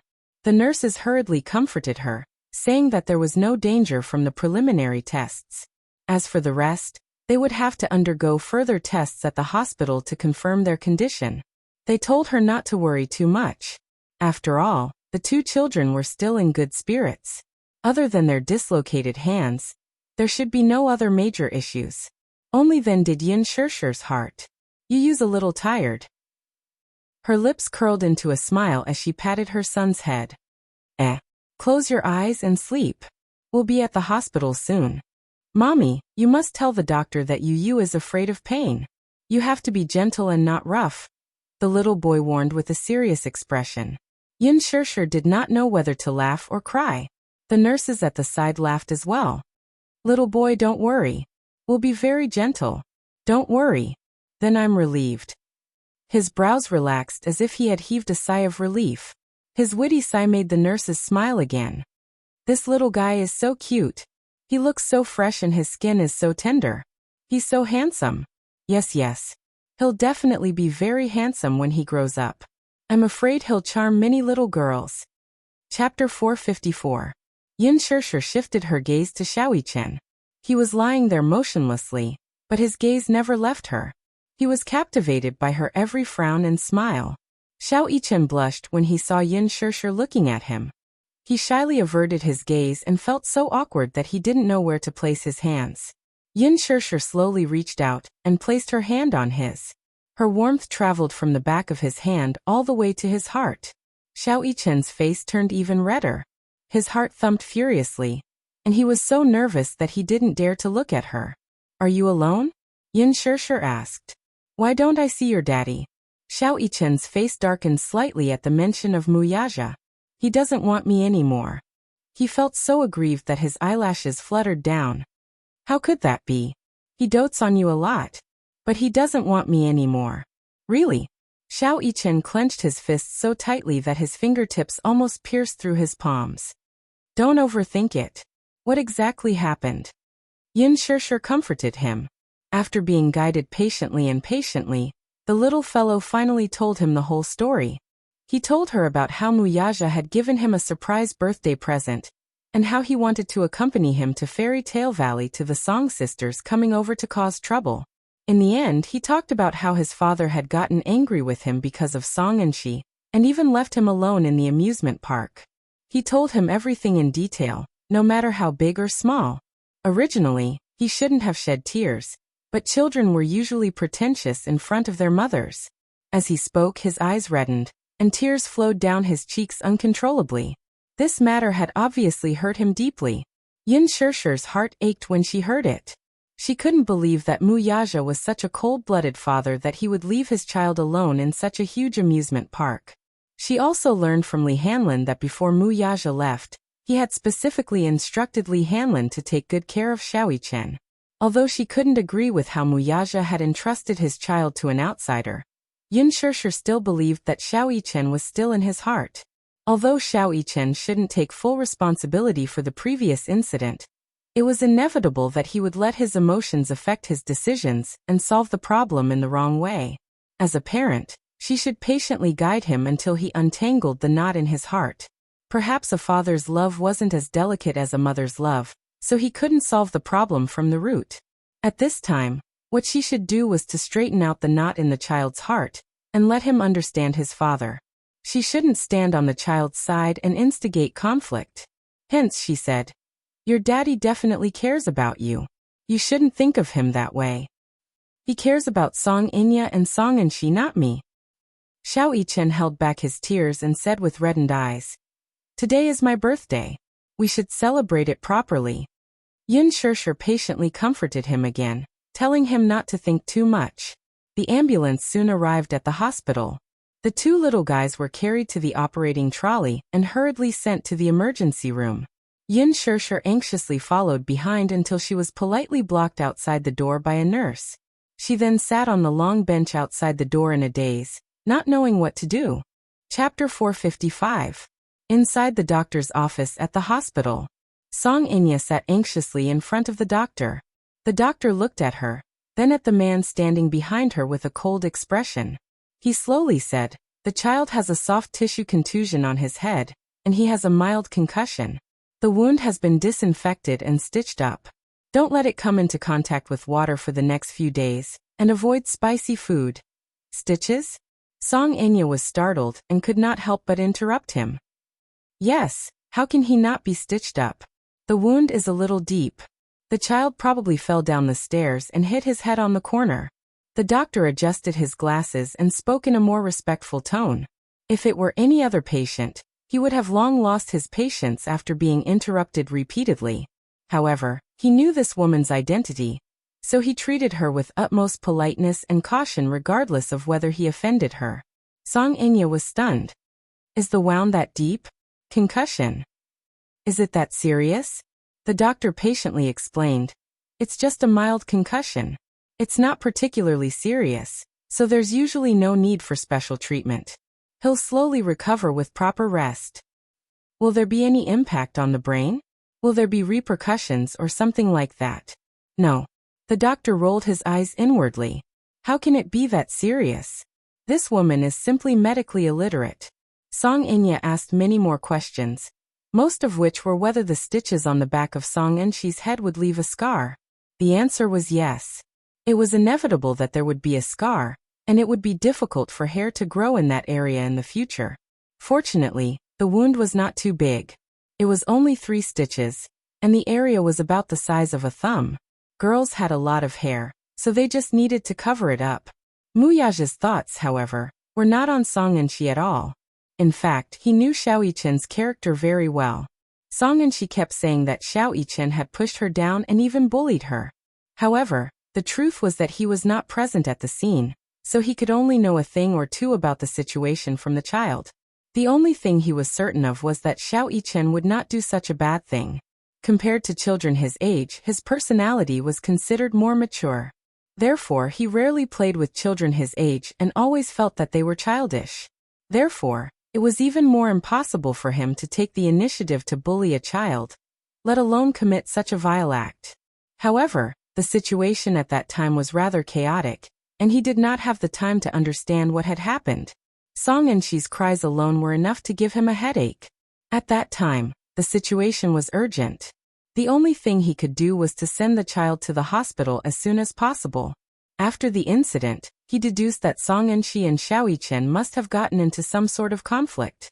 Regardless of who started the conflict, Song and she must have bitten Xiao Yichen first. In a moment of desperation, Xiao Yichen pushed her away.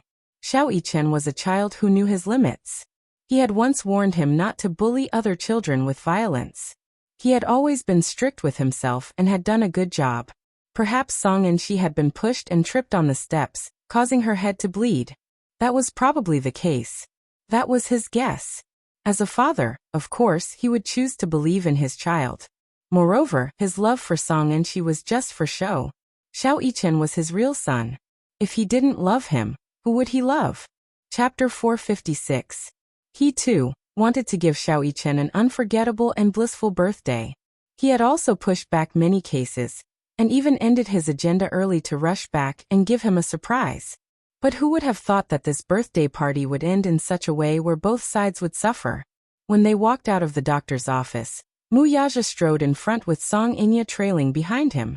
She looked at the man's tall and handsome back, and wanted to say something several times, but she stopped herself each time. This man's lofty image in her heart had always been irreplaceable. She had liked to stick to him since she was young. Logically speaking, since Jiang Qiming and Jiang Yishan were nieces, she should address this man as uncle.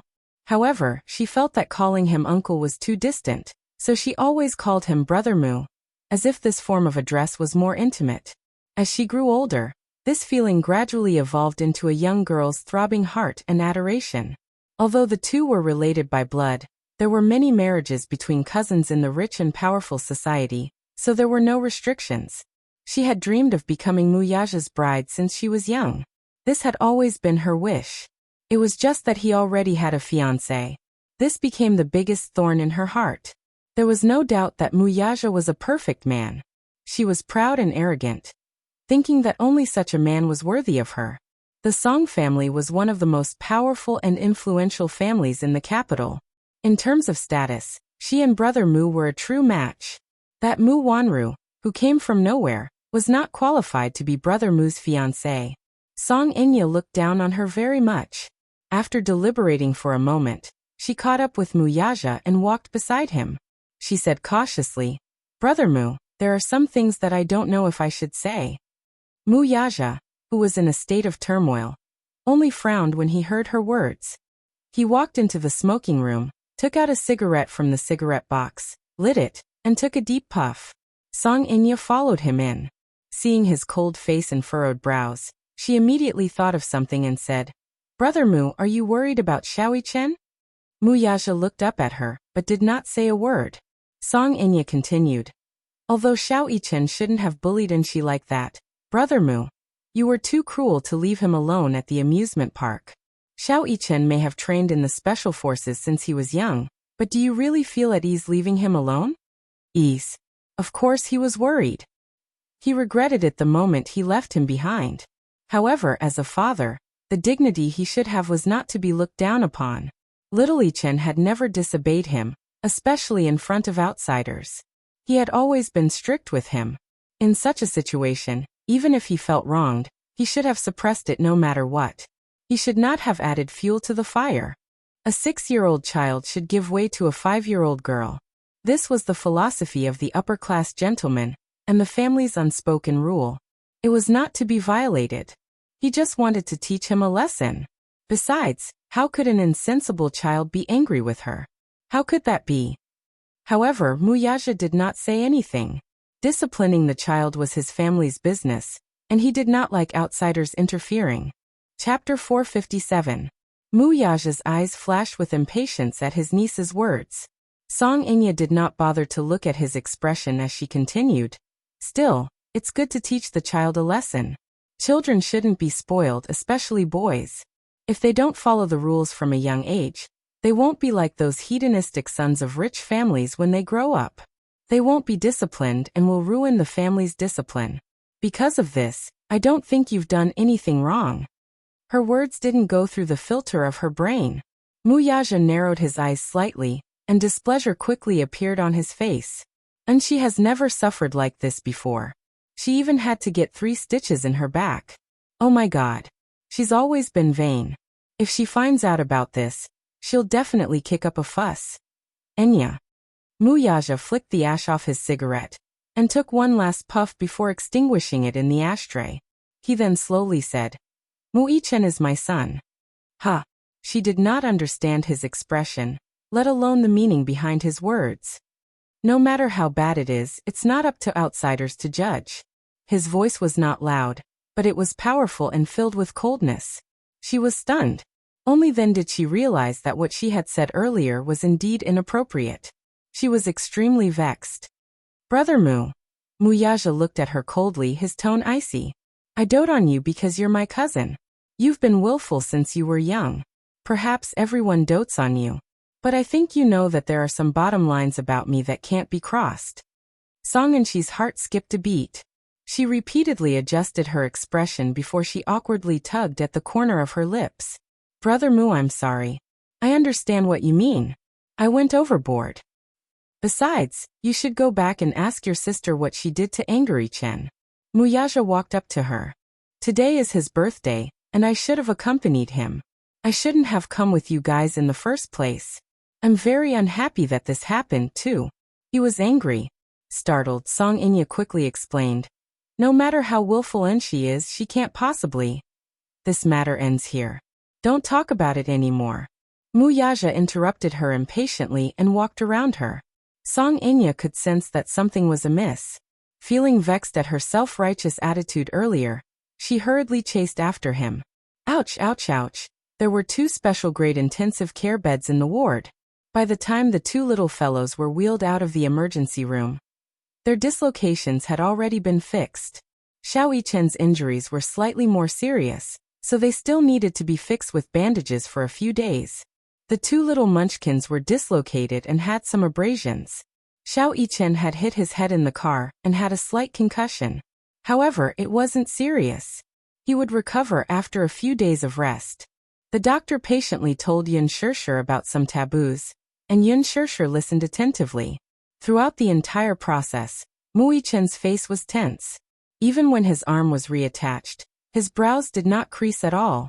He looked very brave. Yin Tianyu, on the other hand, could not bear the pain. However, when he saw Mu-i-chen's strong look, he instinctively felt that he was too strong. With him as an example, no matter how much pain Yin Tianyu was in, he was too embarrassed to shed tears. Hence, he did not cry like other children. The doctor and nurses were surprised. A 6-year-old child usually did not have the ability to endure pain. Chapter 458.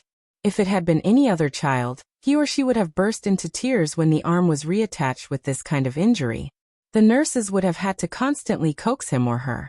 Although it was a small injury, the reattachment was very painful. It was enough to frighten many timid children. However, these 2 little fellows were surprisingly patient. It was as if they were in a competition. Neither of them cried or made a fuss. The 2 little fellows were worry-free, and the doctor felt much more at ease. He quickly completed the simple treatment of the injury. Because of this, he could not help but praise Yun Shirshir. "Your 2 children are so brave. They didn't even cry." When Yun Shirshir heard this, she did not know whether to be happy or worried. She always felt that when an outsider praised her 2 6-year-old children for being sensible, obedient, and mature as a mother, other than feeling gratified, she also felt a little upset. When they returned to the ward because Xiao Yichen's injury was more serious and he needed to be hospitalized, Yun Shirshir hurriedly withdrew some money to pay for the hospital fees. She also bought some fruits and desserts. Children probably all like sweets. You love to eat Western biscuits and tiramisu. This time, Yun Shirshir specially went to a Western biscuit shop and bought 2 sets. She also specially selected many different flavors and put in a lot of effort. Xiao Yichen had never eaten tiramisu before. When he took a bite, his eyes lit up. Yun Shirshir was naturally happy when she saw that he liked it. She fed him mouthful by mouthful. Xiao Yichen, who was originally tense, gradually revealed a sincere smile. "Is it good?" Yun Shirshir asked and fed him another mouthful. Xiao Yichen's eyes moved. He opened his mouth and took a mouthful. Milk foam filled his mouth. His heart felt warm. Mu Wanru had never fed him like this. The last time his daddy fed him was when he had a high fever and couldn't get out of bed. Daddy's actions were not as gentle as this. He seemed a little stiff and often scalded his mouth. Yes, it's so sweet. I want more. Xiao Yichen happily curled his lips and licked the tip of his tongue. His eyes and brows resembled Muyaja, but when he smiled, he was so cute and cheeky. He was extremely adorable. This child should smile more. He was very cute. She recalled the first time she saw him. His face was stern and cold. He turned around indifferently, but the coldness on his face made her heart palpitate. He looked exactly like that man when his face was tense. The father and son were exactly the same. However, a 6-year-old child was at his most innocent and naive. He should smile more. Yin Shishir's mood brightened as she fed him spoonful after spoonful. Soon the box of tiramisu. Alas, the boy did not seem to have had enough. With a greedy look, his gaze swept across the desserts. She could read his mind at a glance and smilingly said, "You can't eat too much desserts, or else your teeth will rot." "It's nothing. How about another pastry?" "I want more." Xiao Yichen's eyes revealed his desire. His coquettish skills were not as good as Yun Tianyo's, so this level of desire was equivalent to him acting coquettishly to her. Yin Shishir could not win against him. She repeatedly reminded him, "It's the last one." Thus, she opened the wrapping paper of the pastry.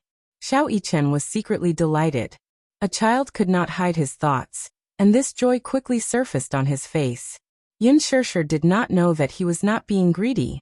He was clearly enjoying the process of her feeding him gently.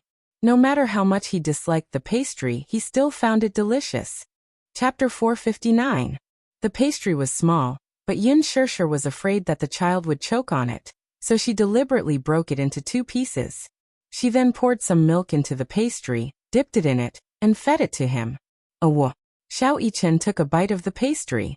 Combined with the milk's aroma, it tasted pretty good. Perhaps it was because Yin Shishir fed it, so it tasted good no matter what. "Is it good?" "Yummy yummy," Xiao Yichen said with satisfaction. The mother-son pair looked at each other and smiled warmly. Yin Tianyu lay on the hospital bed with a gloomy face. He seemed to be unhappy. He pouted, feeling that Mu Yichen had taken away his privilege. Why did mommy only care about coaxing him and not asking him about his condition? Yin Tianyu suddenly felt a little regretful. He was indeed a little selfish. He was still a little reluctant to cede Yin Shishir's love to Mu Yichen. Initially, he had enjoyed all of her love and affection, but now he had no choice but to accept it. Now, however, he had to give away half of it or even more. His heart ached a little. Hence, he covered the area where the bandage was wrapped and let out a few pitiful moans. Yin Shishir heard his moans and felt as if a knife was being twisted in her heart. She seemed to realize that she had neglected the little guy, so she immediately turned to Yin Tianyu and asked anxiously, "Yu, what's wrong? Does your wound hurt?" Yin Tianyu shook his head and pretended to be strong. "It doesn't hurt. It must hurt. Mommy heard it."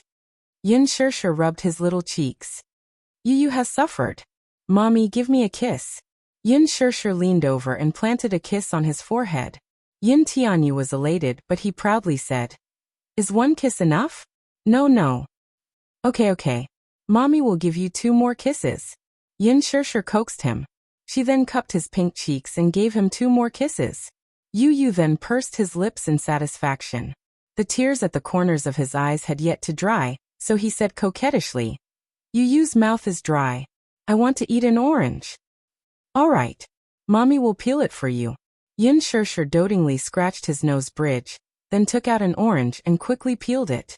After peeling, she immediately separated the peeled tangerine into bags and fed it to him, piece by piece. With teary eyes, Yin Tianyu opened his mouth and took a bite of the orange. The sweet and sour juice immediately filled his mouth. Only then did his expression soften a little. Lying on the other bed, little Yichen stared at her with wide eyes. Inwardly, she was a little envious of the meticulous care Yin Tianyu received. Licking her dry lips in envy, she imitated Yin Tianyu and meekly called out, "It hurts? Ugh." Yin Tianyu's expression froze for a moment. Was this lad imitating him? Yin Shishir was startled. She immediately turned around and caressed Xiao Yichen's cheek with her warm palm. She asked with concern, "Where does it hurt?" "It hurts here." Xiao Yichen desperately squeezed out 2 pitiful tears and pointed to the dislocated shoulder. "It hurts so much. Is it serious? Could it be that you didn't reattach it properly? Yin Shirshir was nervous and at a loss. Xiao Yichen immediately comforted her. It's okay. The doctor reattached it for me. It just hurts. I'll be fine after eating some biscuits. Yin Shirshir. Yin Tianyu. Chapter 460. He did not even frown when the doctor treated his arm in the emergency room earlier. Yet he was already acting pretentious when his mommy peeled an orange for him. Yin Tianyu's face was sullen. What was worse was that his mommy had fallen into his trap. Hence, she obediently peeled an orange for him by his bedside. Yin Tianyu was a little displeased. This rascal was clearly trying to snatch his mommy away from him, wasn't he? How could he let him have his way?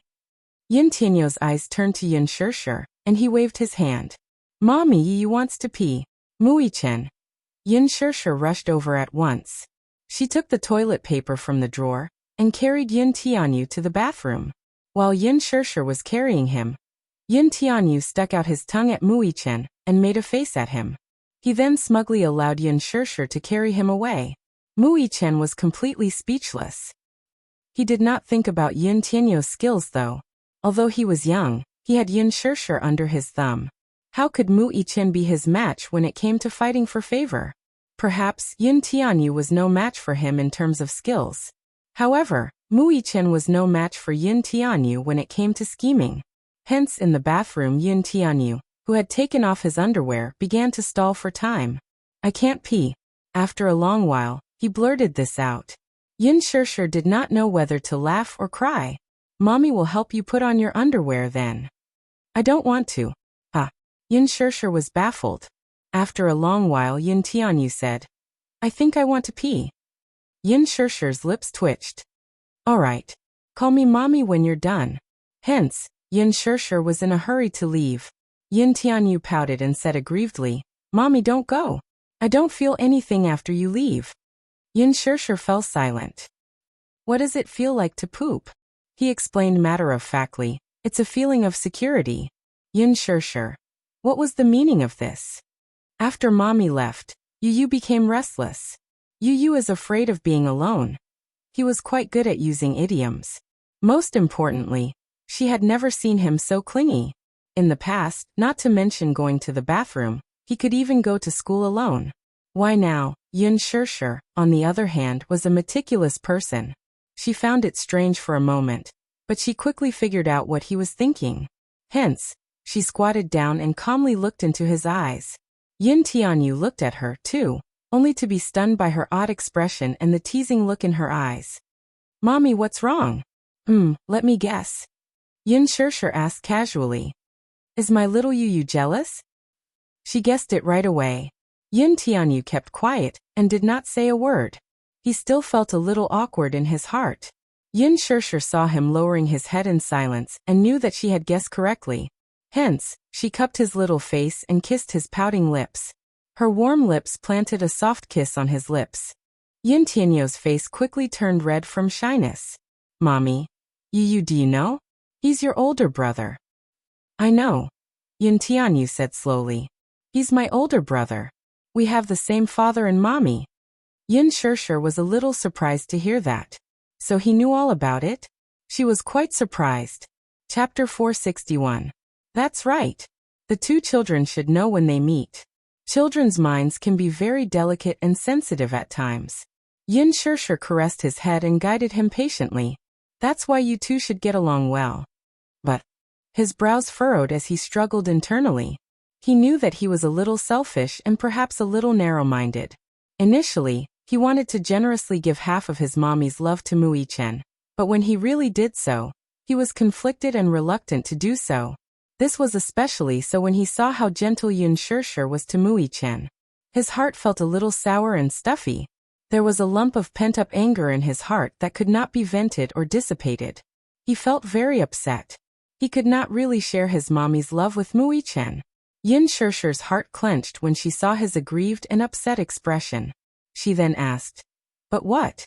But Mommy Yu loves you, and Mommy loves you too. That Mui-chen, doesn't he have his daddy? It's enough that he has his daddy's love. Why does he have to fight with you for Mommy? He's not fighting with you for Mommy. Yu Yu's face suddenly showed an unprecedented panic and uneasiness. He grabbed Yin Shishir's hand and held it tightly in his palm. But he's clearly fighting with Yu Yu. Mommy belongs to Yu Yu. You must remember that mommy isn't yours, Yin Shishir patiently corrected him. Yu Yu's eyes widened slightly. The focus in his eyes instantly became unfocused, and soon, dense ripples appeared in his eyes. Yin Shishir's words were undoubtedly like a sharp sword that pierced his heart painfully. Wasn't mommy his? The moment he recalled what his mother had said to him, he felt as if the sky had collapsed. His eyes were empty and his face was blank. A crystal-clear teardrop rolled down his cheek. Yin Shishir frowned. Her heart ached because of the sadness in his eyes. However, there were some things that she had to tell him even though he was still young. Mommy isn't a thing. She shouldn't be Yu Yu's private property. But you have to understand that mommy loves you. However, Yu Yu was still feeling very sad. The sound that came out of her throat was choked and broken. Her thick and long eyelashes were wet with tears, making her look even more pitiful. But Yu Yu loves mommy. I hope that mommy's love is only for Yu Yu and not for anyone else. Yu Yu, mommy loves you and dotes on you the most. You should be able to feel it, right? Yin Shishir was a little anxious as she pressed his hand against her chest. Through the fabric of her clothes, he could feel her warm heartbeat. Mui-chan, he's your older brother. Both of you are mommy's flesh and blood. Both of you were born in the same year, month, and day. Yu Yu, do you know that? When you were born, your older brother was healthy, but you were always sick. That's right. How unfair is that? Hearing this, Yin Tianyu felt a little aggrieved, but he did not show it on his face. Instead, he said enviously, that's right. How unfair is that? Since he was young, he had always envied healthy children. Every minute and every second of the pain and torture of being sick was torture. When he was younger, he spent most of his time in the hospital. When he opened his eyes, it was a snow-white world. When he slept, it was endless darkness. Chapter 462. When he opened his eyes, he was greeted by a snow-white world. Even in his dreams, he was surrounded by endless darkness. The smell of disinfectant was something he hated the most. The sunlight he saw was mostly when he stood in front of the hospital window and looked at it. He could still vaguely remember that outside the hospital's window was a huge field of green grass. Many children who came to visit the patient were running and playing on the grass. They were holding hydrogen balloons in their hands as they chased each other. In a moment of carelessness, the balloon flew out of his hand and flew high into the sky. He held his head and watched in a daze as the balloon flew until it disappeared into the horizon and could no longer be seen. This was probably one of the few pleasures he had at that time. Yin Shishir saw that his face was a little pale and knew that he had recalled something sad. Yu Yu knew that he was in poor health. He also wanted to play, but the doctor had warned her not to let him run too much. Otherwise, it would lead to a lack of blood supply to the heart, breathing difficulties, and in severe cases, shock. She rarely let him go out to play with other children. Most of the time, she accompanied him to play puzzle games. Under Yin Shishir's meticulous care, his health gradually improved. Yin Shishir smiled faintly. You can't think of it that way though. Mommy has been separated from him for 6 years, so the love that should be given to you too was given to you. Yin Tianyu was startled. Was that so? Was he the one who had Mui-chan's love? Yin Shishir continued. Today you told mommy that brother saved you. Yu nodded in a daze. Indeed, it was Mui-chan who saved him. If not for him, the consequences would be unimaginable. Moreover, he knew very well that the assassin was obviously targeting him. On the way to the hospital, he repeatedly pondered over this matter and found it very fishy. Even though he told Yin Shishir that he was tired and wanted to sleep for a while, his mind was filled with thoughts of this matter the moment he closed his eyes. There were many suspicious points. Yin Shishir, of course, did not know what was going through Yin Tianyu's mind. She added, Mommy finds it unbelievable too. Big brother is so awesome. He saved my Yu Yu. Mommy is very grateful to him. Aren't you grateful? Regaining his senses, Yin Tianyu immediately replied, Of course I'm grateful. He saved me, so I'll do whatever he wants me to do. Yu Yu is so sensible. Yin Shishir kissed his forehead in relief. Yin Tianyu was a little conflicted. I can't cede Mommy's love to him though. Mommy Yu loves you. Yin Shishir emphasized seriously. Hearing that, the boy pursed his lips and nodded. Mommy loves you. You can feel it. Mommy loves you, but I also love him. But that doesn't mean that you've lost your mommy. You also have your brother's favor, don't you? Yin Tianyu was stunned for a moment before he fell into deep thought. After pondering over this sentence for a while, he quickly understood what Yin Shishir wanted to express to him. Needless to say, he was a smart child and quickly figured out this problem. Therefore, he would not make things difficult for Yin Shishir.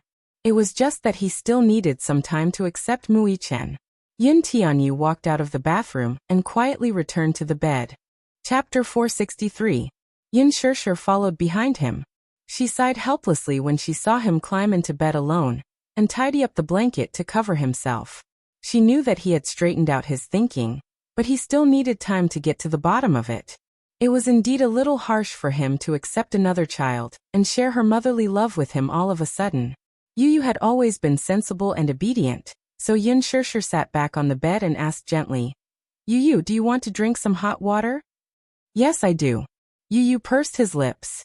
Yin Shishir hummed in acknowledgement and picked up the thermos beside her. Before leaving the room, Yin Shishir specially reminded Xiaoyi Chen, help me take care of Yu. Mui Chen glanced at Yin Tianyu and nodded obediently. Yin Shishir then left the room. Just as the door closed, Yin Tianyu sat up from the bed abruptly. Xiaoyi Chen was startled. Seeing his gloomy face, he hurriedly asked, What's wrong? It's very suspicious. What do you mean? Mui Chen was a little confused by his abrupt words and did not immediately understand what he meant. Yin Tianyu's eyes were deep and cold. He suddenly turned to look at him and asked, When did you find out about that man? Yes. Are you talking about the man who was chasing after us? Mui Chen raised a brow. Seeing that Yin Tianyu was talking about that man, he immediately replied, After we entered the haunted house. Didn't he see you? He saw me. Then, why did you say that his target was me? This matter was too suspicious.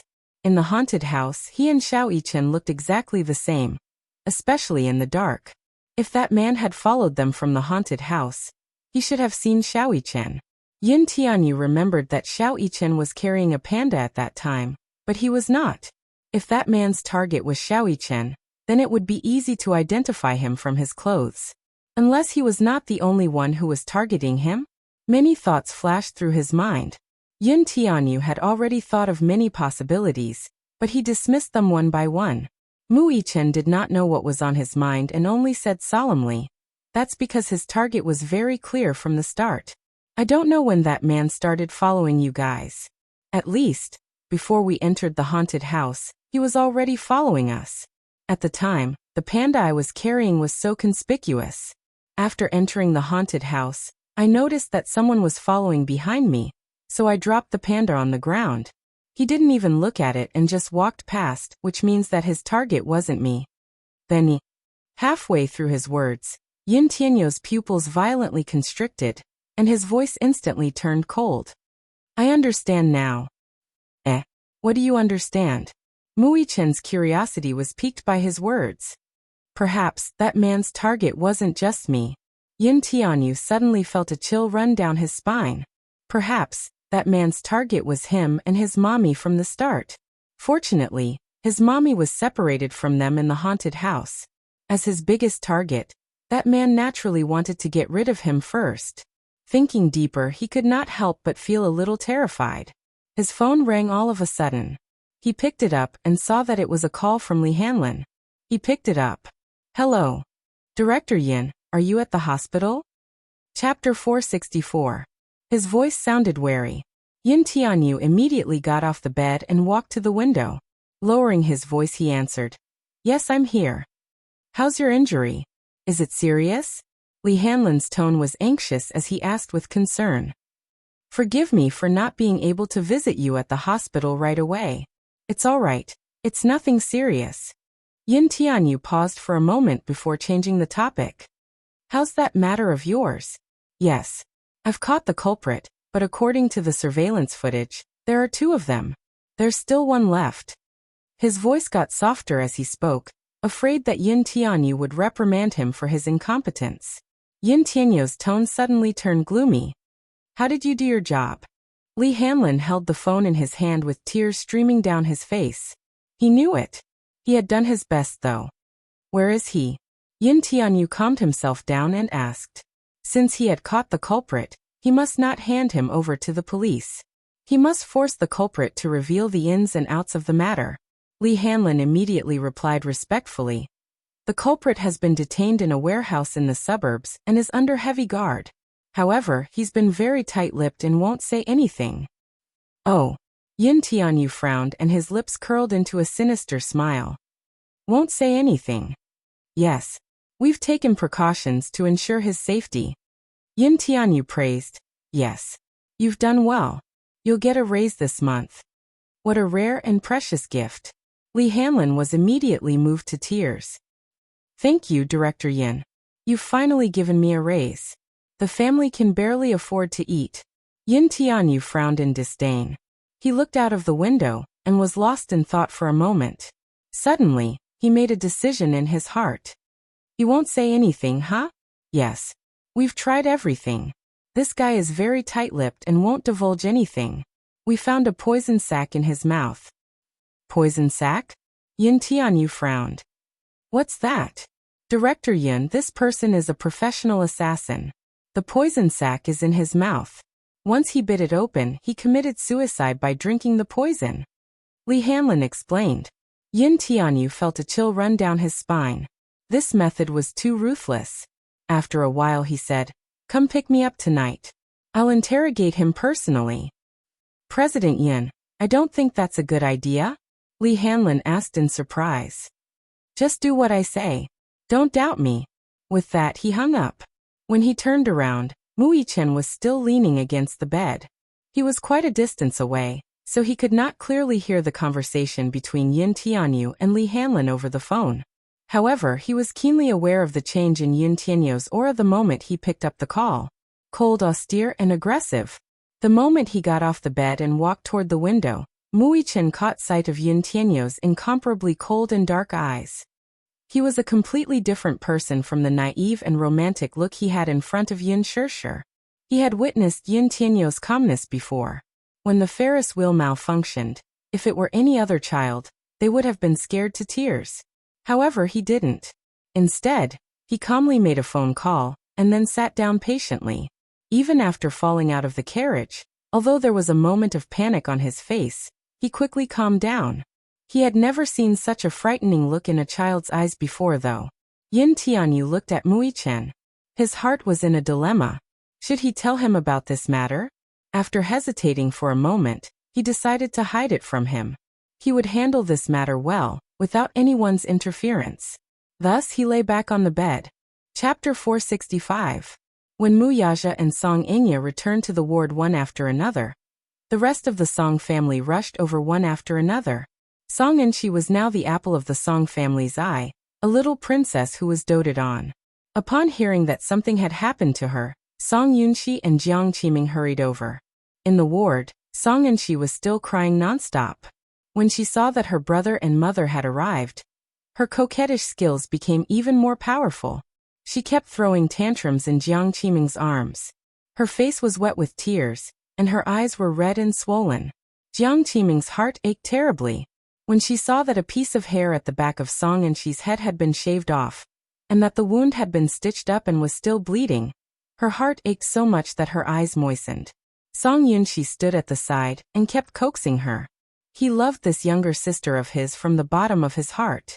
Ever since she was born, he had given her the greatest love.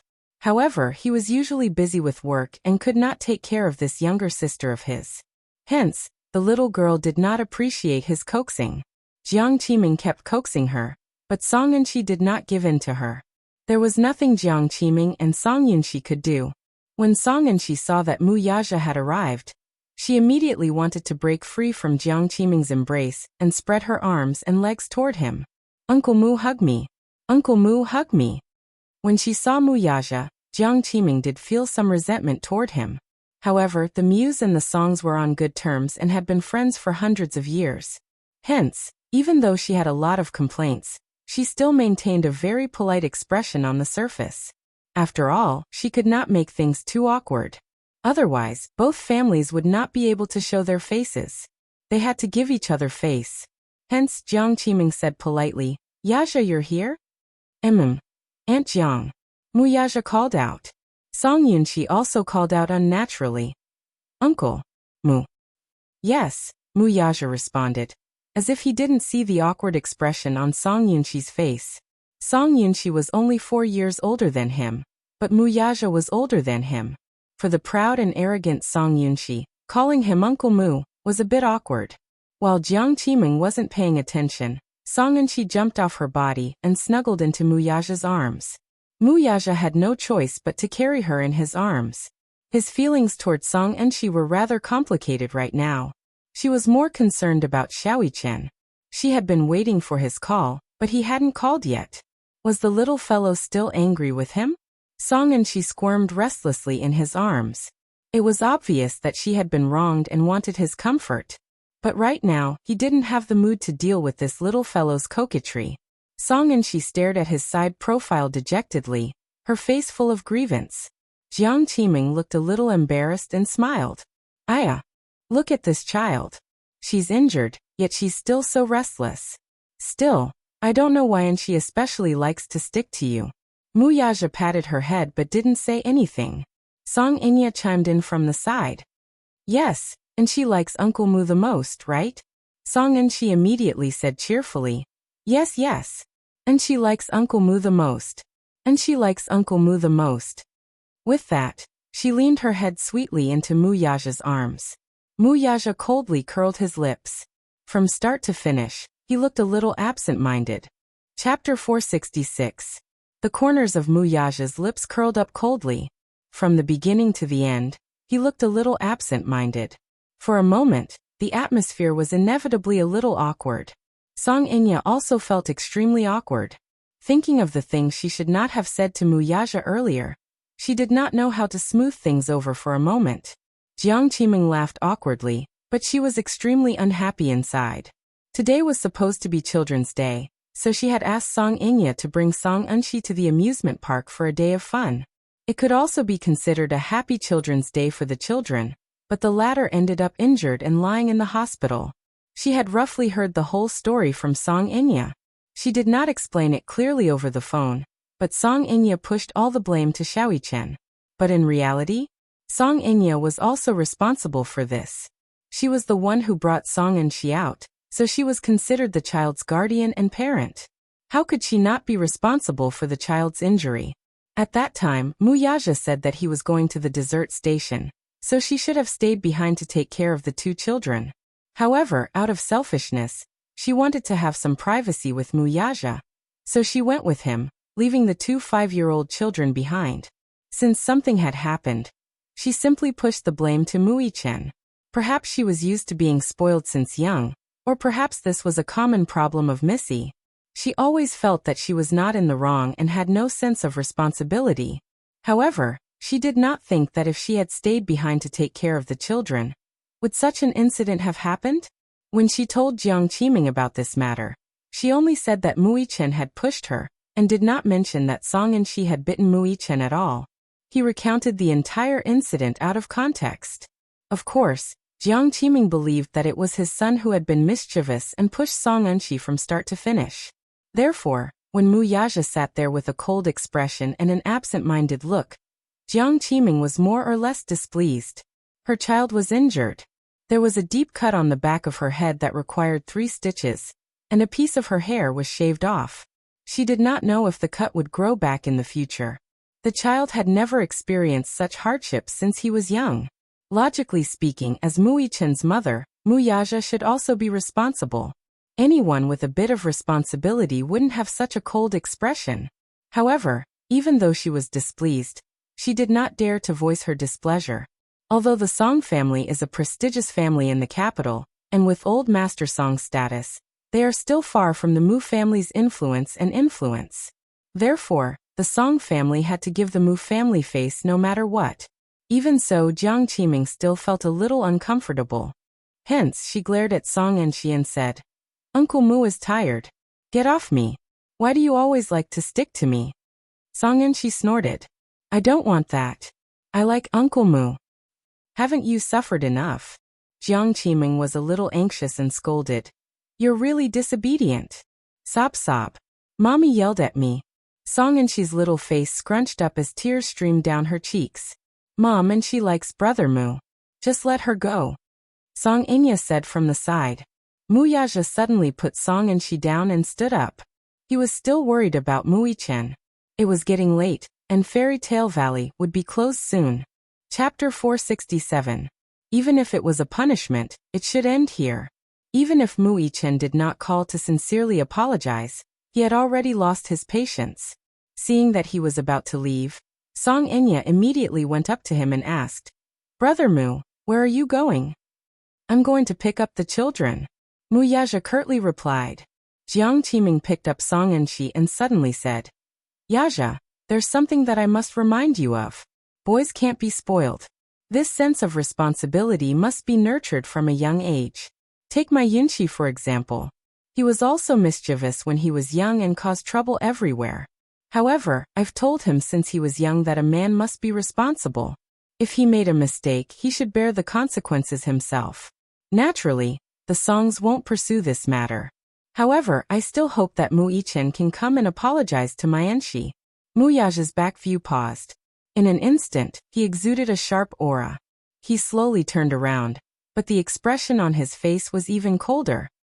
How to discipline my son is my family's matter. It's not up to the songs to interfere. Jiang Qiming's expression turned ugly.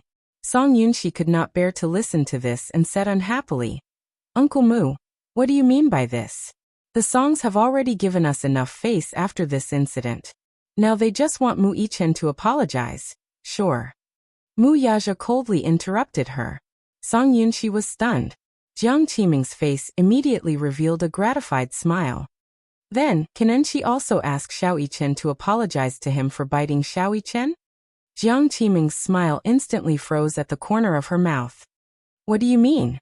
What do I mean? You should ask your daughter, Mu Yaja said and left the ward. Everyone was left looking at each other. Song Enya walked up to Song Enshi and asked coldly, what exactly happened today? Song Enshi raised her head and looked at her with teary eyes. She was probably most afraid of Song Enya at home. She knew that she had made a mistake, and more importantly, she had made Uncle Mu unhappy.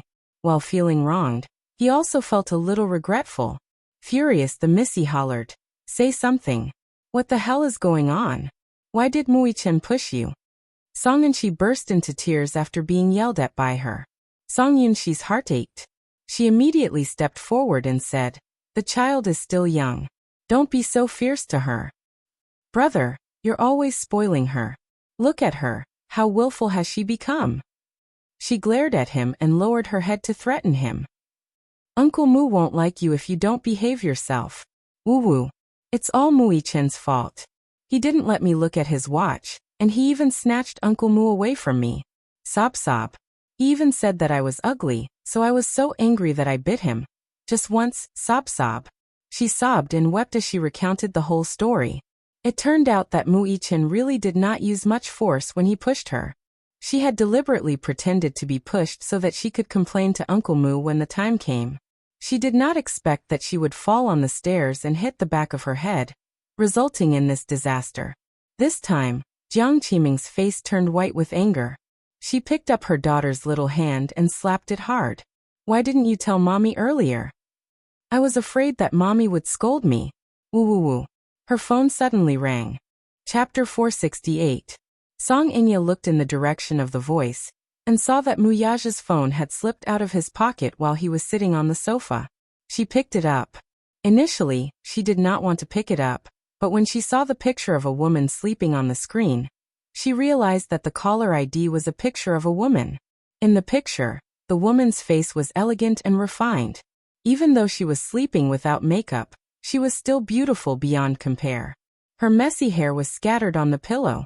Against her snow-white skin, it was messy, but it did not diminish her beauty at all. The caller ID was only one word, sure.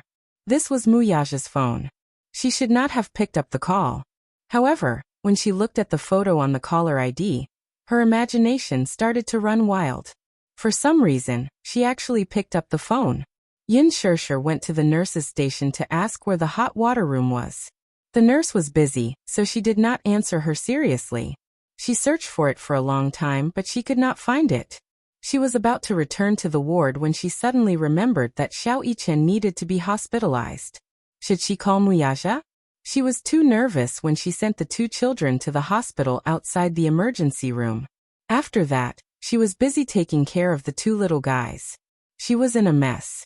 Now that she suddenly remembered that she should contact Muyaja to come to the hospital. Even if there was a misunderstanding between father and son, they should communicate in time, right? Thus, she took out her phone and dialed a number. The phone rang a few times before it was picked up. On the other end, a woman's sharp and somewhat targeted voice asked, "Who are you?" Yin Shirshir was stunned. The woman on the other end was obviously a little impatient. "Speak. Hello, is Muyaja there?" The woman gritted her teeth and said no. Then, she hung up the phone. Yin Shirshir was stunned for a moment. She laughed at herself, but her heart ached. She thought that he must be very busy or was giving the children a punishment. In fact, he was very concerned about the children, but she called to tell him that Xiao Yichen was in the hospital and to come over to take care of the children. She did not expect a woman to pick up the phone. What was the meaning of this? Yin Shirshir was a little angry. She felt sorry for Xiao Yichen. Previously, she had thought that Muyaja was a responsible father, but now she had to put a question mark in her heart. It's fine if you don't come. Who he was with had nothing to do with her. He didn't care about the children. She would take care of them. She was more than happy to take care of the child. As for him, what did he have to do with her? As she thought about this, she stood at the elevator door and waited to return to the ward. The elevator took a long time to arrive. The floor of the ward was high, so it took a while to get to the elevator. Suddenly, a hurried voice called out from behind him, "Brother Mu." She furrowed her brows and turned her head to take a look. Now that she thought about it, she shouldn't have turned back at that time. She wouldn't have caused a series of problems because of that scene. However, this was a story for another time. She turned around and saw Muyaja walking down the stairs, followed by a woman with a hurried expression. At first, the man did not seem to be in the mood to respond to her call. He walked down the stairs without looking back, until the woman called out, "You left your phone with me. Don't you want it?" Muyaja stopped in his tracks and turned around. Song Enya immediately chased after him with a smile. Yin Shirshir originally wanted to walk over when she saw him, but when she heard the woman's words, her heart skipped a beat. Muyaja's phone was with her? Was she the woman who had spoken sarcastically to her over the phone earlier? Chapter 469. For a moment he froze on the spot. Song Enya walked up to Muyaja with a smile. The tender smile on her face made Muyaja a little dazed. He seemed to see the shadow of his mother when she was young in her. For a moment he was stunned and could not react. Song Enya took out her phone. Muyaja reached out to take it, but she playfully put it away and carried it behind her back. Her mischievous look was just like when she was with him when they were young. "Brother Mu, don't be angry with me." Muyaja was stunned, but he did not say a word. The anger in his heart was greatly reduced by this smile that resembled his mother's. Song Enya knew that the man's cold expression was a sign of anger, so she reached out and hugged his shoulders. Acting coquettishly, she said, "Brother Mu, I'm sorry. I went overboard with my words just now. Perhaps today's matter was indeed a misunderstanding. I shouldn't have said that. I didn't mean to say that. Please forgive me, okay? Please." Song Enya acted coquettishly. Muyaja had been indulging her since they were young. Sometimes, when she went overboard and angered him, she would coax him like this and beg for his forgiveness. This trick was tried and tested. Sure enough, Muyaja's expression improved a lot. "Yes. You're really not angry anymore?" Song Enya smiled in surprise and raised her head to look at his expression. She saw that his ice-cold expression had softened a little. Song Enya knew that he was no longer angry, and her heart was overjoyed. "Thank you, Brother Mu. Brother Mu, when you go back today, you must apologize to Xiao Yichen on my and Inchi's behalf. I didn't fulfill my responsibility as an elder sister today, so I feel guilty toward Xiaoyichen. Tell him that I'll definitely apologize to him within she next time. Go up. Muyaja did not say much. He just reached out and patted her head lovingly, urging her to go upstairs to the ward. Song Inya nodded and handed the phone to him before reluctantly heading upstairs. Muyaja took the phone and was about to leave when he caught sight of a familiar figure from the corner of his eye. His expression froze as he turned his head, only to see Yin Shirshir standing at the elevator entrance with a hot water bottle in her hand. Her eyes were fixed on him the whole time. His face, however, was cold enough to make one's heart palpitate. Yin Shirshir looked at him coldly. Her eyes, however, were still. It was as if her heart was as dead as ashes. There was not a single ripple in it. She did not know why, but when she saw Song Inya hugging Muyaja earlier, the look of indulgence on the man's face inadvertently made her heart bleed profusely, as if it had been sliced open by a razor blade. If she hadn't seen this scene with her own eyes, she wouldn't have known that this man actually had such a gentle side. Would he show such a doting and indulgent expression to a woman? Song Inya threw herself into his arms, but he did not push her away. The indulgence on his face undoubtedly pierced her heart. She did not care who this woman was or what her status was. She did not care about their relationship, nor why Muyaja did not appear in Xiao Yichen's ward when he was in the hospital. Instead, he appeared at the staircase with an unfamiliar woman. What she cared about was what position Xiao Yichen had in this man's heart. Chapter 470. So, those gentle gazes that he had shown her before were nothing more than an illusion? Was he just putting on an act? Was this woman the one he liked? So what was she? Yin Shirshir was a little confused, and her mind was in a mess. However, that wasn't what made her heart turn cold at this moment. Instead, it was the fact that Xiao Yichen was still lying in the ward, feeling sad because of his heartlessness. Yet he was still here, hugging a woman? When Muyaja saw her standing there, an inexplicable sense of panic flashed across his face, but he quickly suppressed it. He didn't know how much she had seen or heard. He also didn't know what this stupid woman was thinking as she stared at him motionlessly. Thus he asked, "Why are you here?" They weren't far apart, and the man's voice was powerful and resonant. However, she acted as if she hadn't heard him and turned around. When the elevator doors opened, she stepped into the elevator and pressed the button for her floor, intending to return to the ward. Muyaja saw that she ignored him and didn't respond to his question. She only minded her own business and walked into the elevator. In a fit of anger, he strode over to the elevator. Just as the elevator doors were about to close, he reached out and forcefully blocked the doors from closing. His hand was viciously caught between the doors. Yin Shirshir was shocked, but she saw the elevator doors open again. The man strode in and stood in front of her with a condescending look on his face. "What do you mean?" She was baffled by his question. What do you mean? I don't know what you're talking about. I asked you, why are you here? You ignored me and turned around to enter the elevator. What do you mean by that? Muyaja was enraged by her indifference. When the elevator doors closed, he took a step forward and forced her into a corner. Yin Shirshir wasn't shocked or angry. Her face was calm as if her heart had died. Instead of answering, she asked, "Am I not supposed to be here? Or am I interrupting you flirting with another woman? If that's the case, then I'm really sorry." Her sarcastic tone caused the man's face to instantly turn cold. Flirting? What are you thinking about all day long? Flirting? Song Inya was his cousin. It was just a hug between siblings, so how could she call it flirting? If they weren't in public, he really wanted to teach this woman a lesson. Yin Shirshir said indifferently, "I don't want to know anything. Who she is, what's your relationship, and what you're doing, I'm not interested." Her cold words were so harsh to the ears. What did he mean by she wasn't interested in knowing? What did she know? What did he know? Muyaja didn't know why she suddenly went crazy. He suddenly thought of something and the corners of his mouth curled up in a mischievous arc. He asked, "Jealous?" "No. Why would I be jealous?" She calmly denied. Muyaja's smile froze and his face darkened. Her nonchalant attitude made him really unhappy. "Then what are you angry about? Or, in your eyes, Am I not worthy of your trust? Looking at him, she was reminded of Xiao Yichen's sad face and the frightening scene that happened at the amusement park today.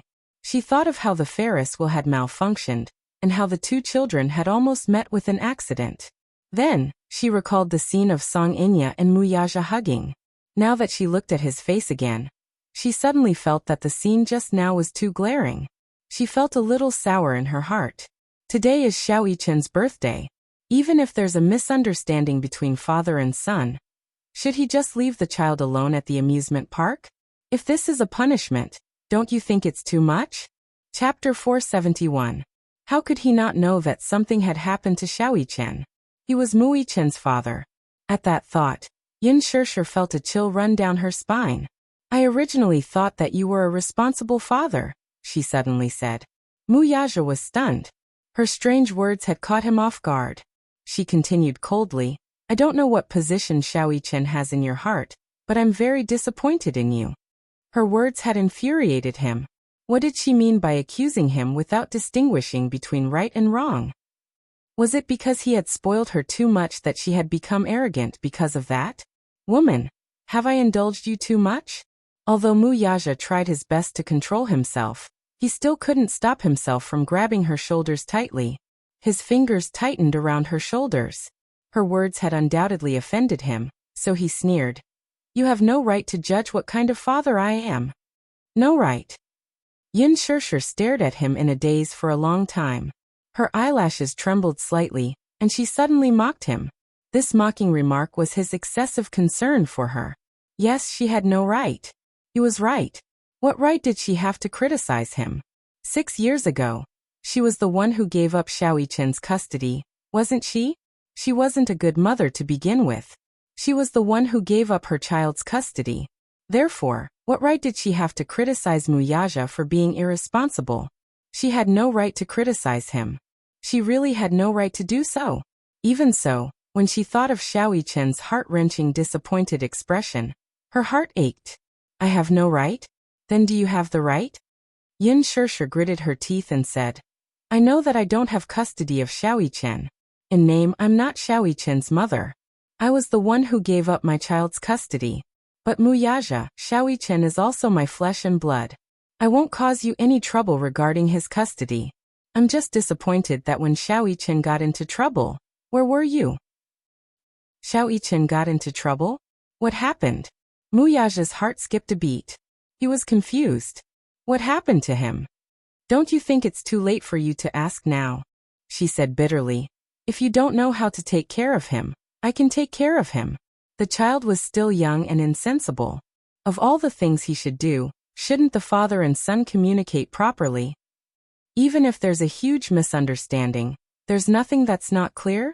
Is there a need to leave him there alone?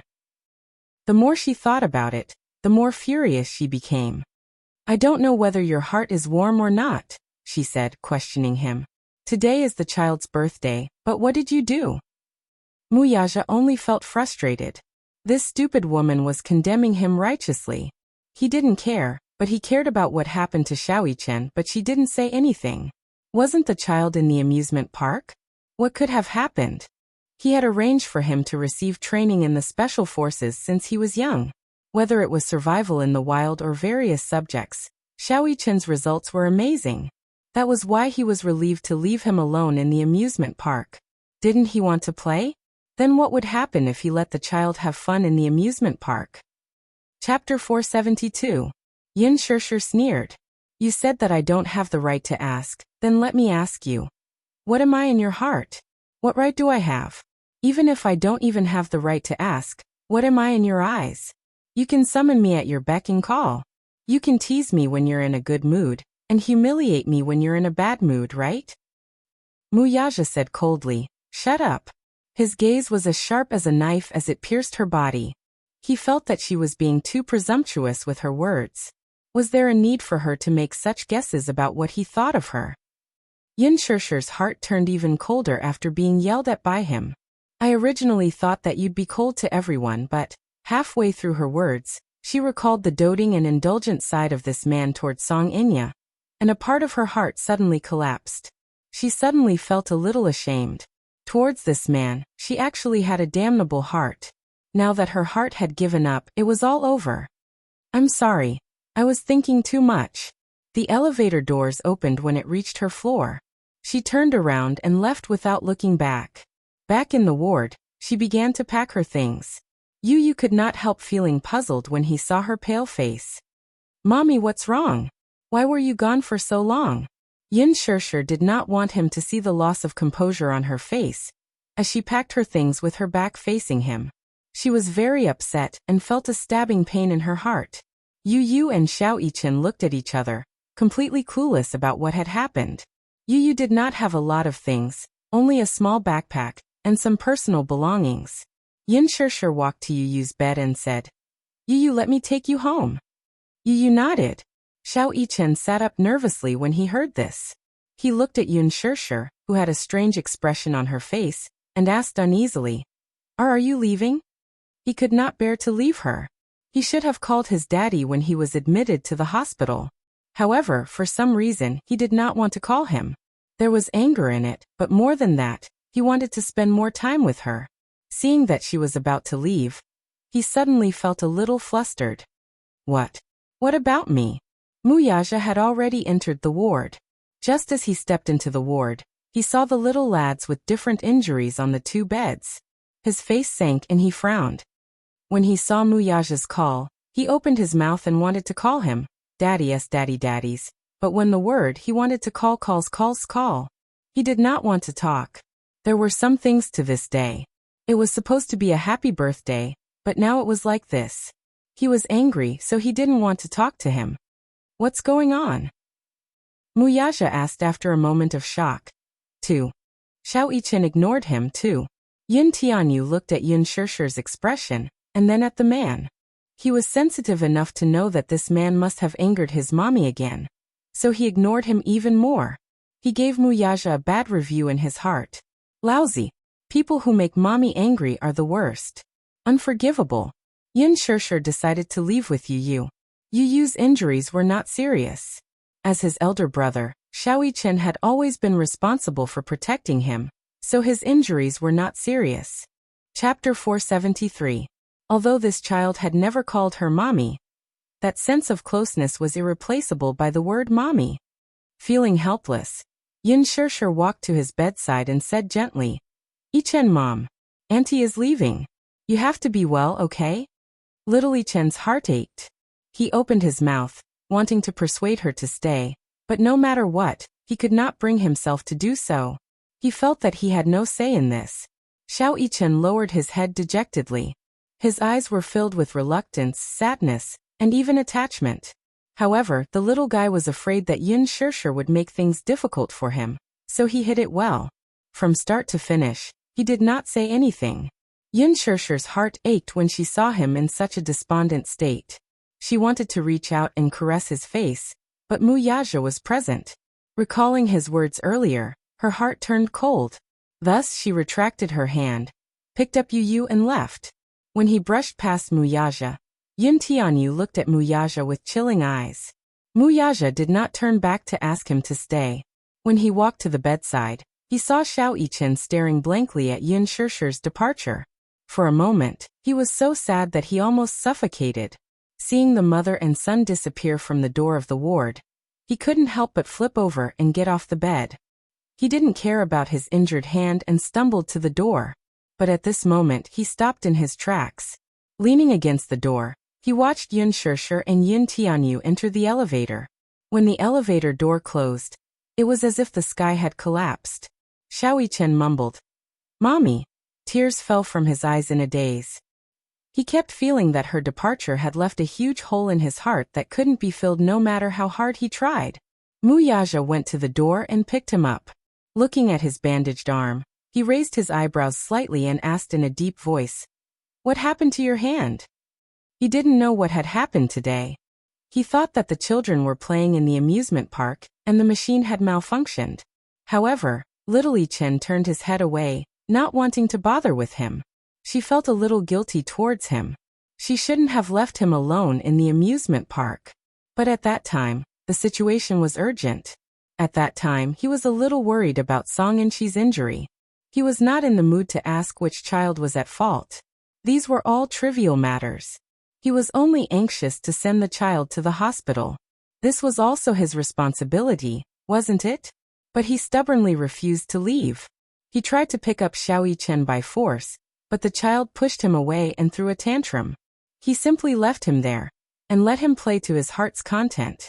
When he was young, when he was willful, his father also punished him in the same way. Perhaps he didn't think that there was anything wrong with it, but if it hurt the child, it was an unintentional mistake. Now he was very regretful. He felt guilty towards the child, so he took a step back, which was rare of him. It's Daddy's fault. It's Daddy's fault. I shouldn't have left you there. Are you willing to forgive Daddy? I'm not willing. Xiao Chen replied awkwardly and ignored him. His mind was filled with the sad expression on Yin Shishi's face when she left. He missed her a little.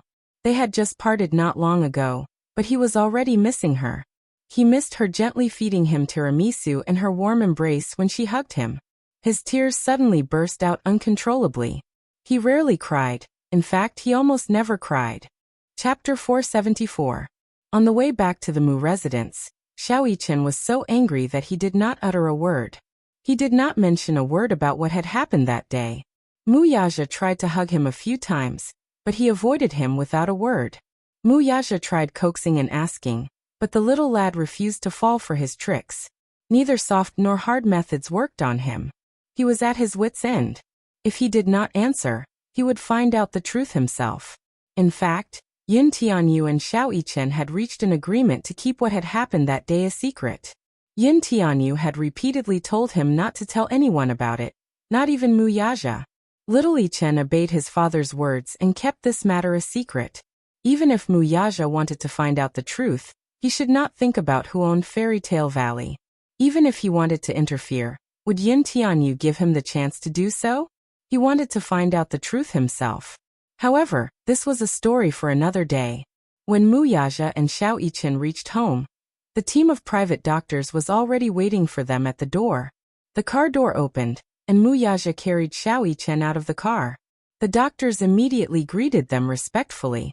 Mu Wanru and Mu Sheng had also returned to the Mu residence.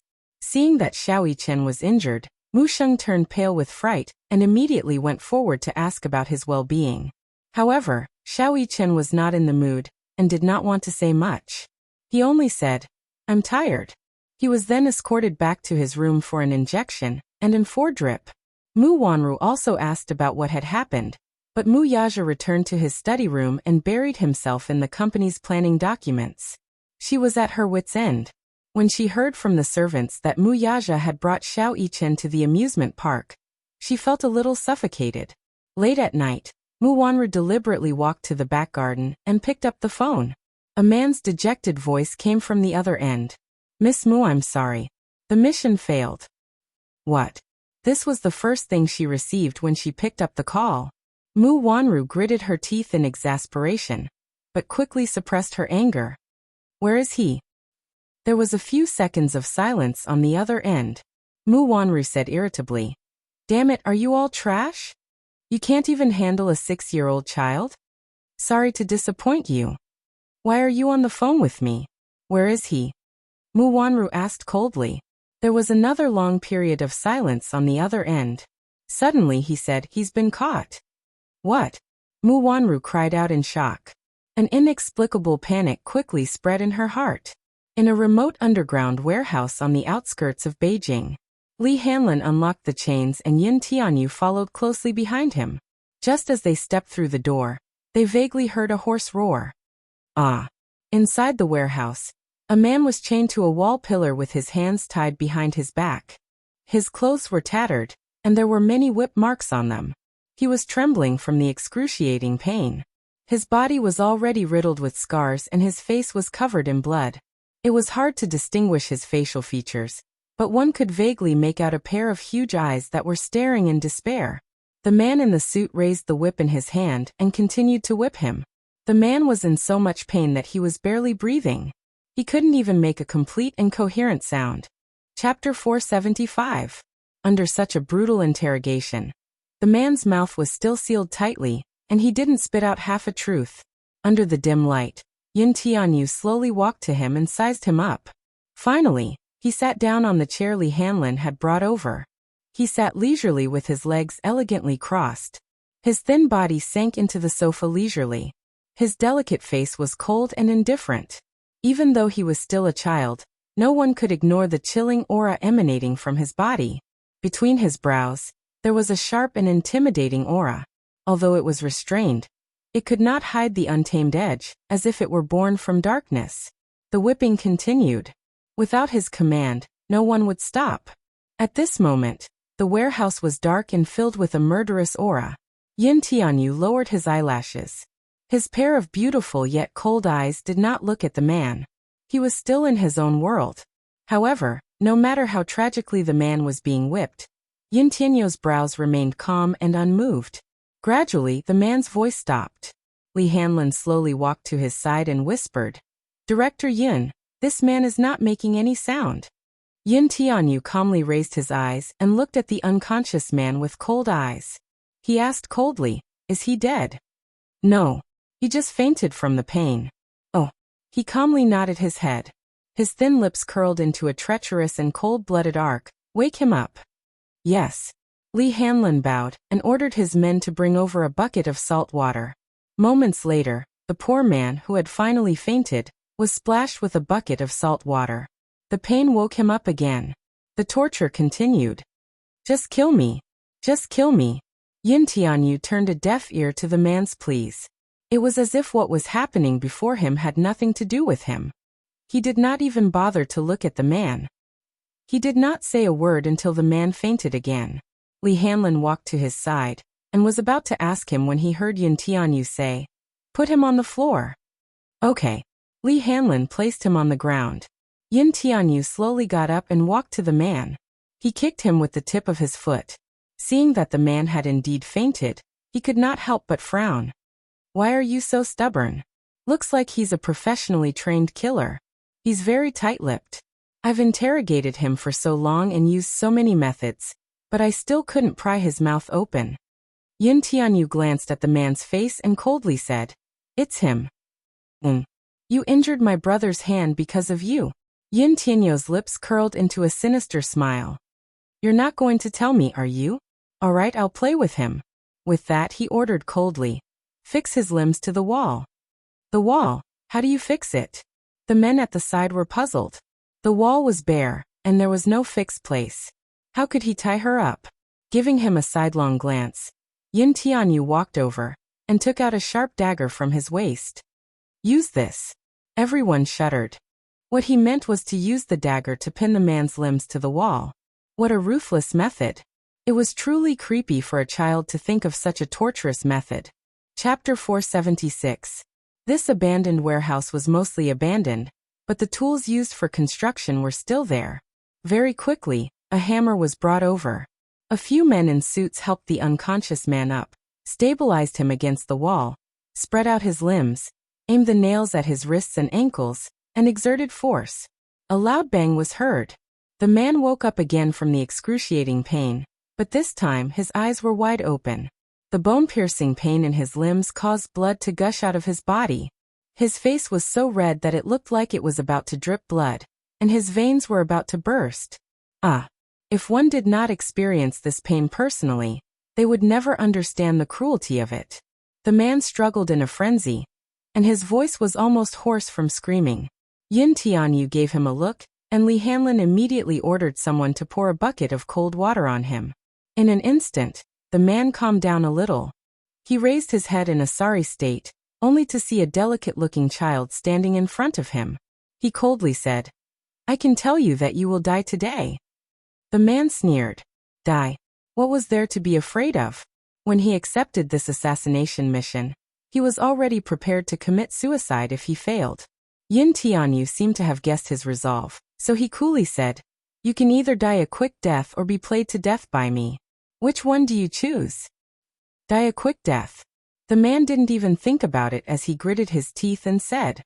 Yin Tianyu smiled coldly. "All right, I can satisfy you. However, you have to tell me who ordered you to do this and who is your target." The man seemed to be mocking his naivety, as if he did not care about this child at all. He was a professionally trained assassin. Assassins accepted missions and received bounties. No matter what, they would never betray their employers. He only fell into their hands because of a miscalculation today. Seeing that he was stubborn and unwilling to reveal everything, Yin Tianyu took a piece of black cloth from Li Hanlin's hand and nonchalantly said, "Oh, okay. I'll play with you then." His laughter was still childish and had a hint of a child's childishness. It was soft and cute. However, every sentence and every word that came out of his mouth made people tremble with fear. Gag his mouth. Li Hanlin immediately ordered someone to gag his mouth. He took a container from Li Hanlin. Inside the container were 10 finely crafted darts. He took out a dart and asked coldly, "Who ordered you to do this?" The man bit his lip hard and refused to say anything. Yin Tianyu smiled and threw the dart. He was good at darts. Because of his health, he rarely went out since he was young.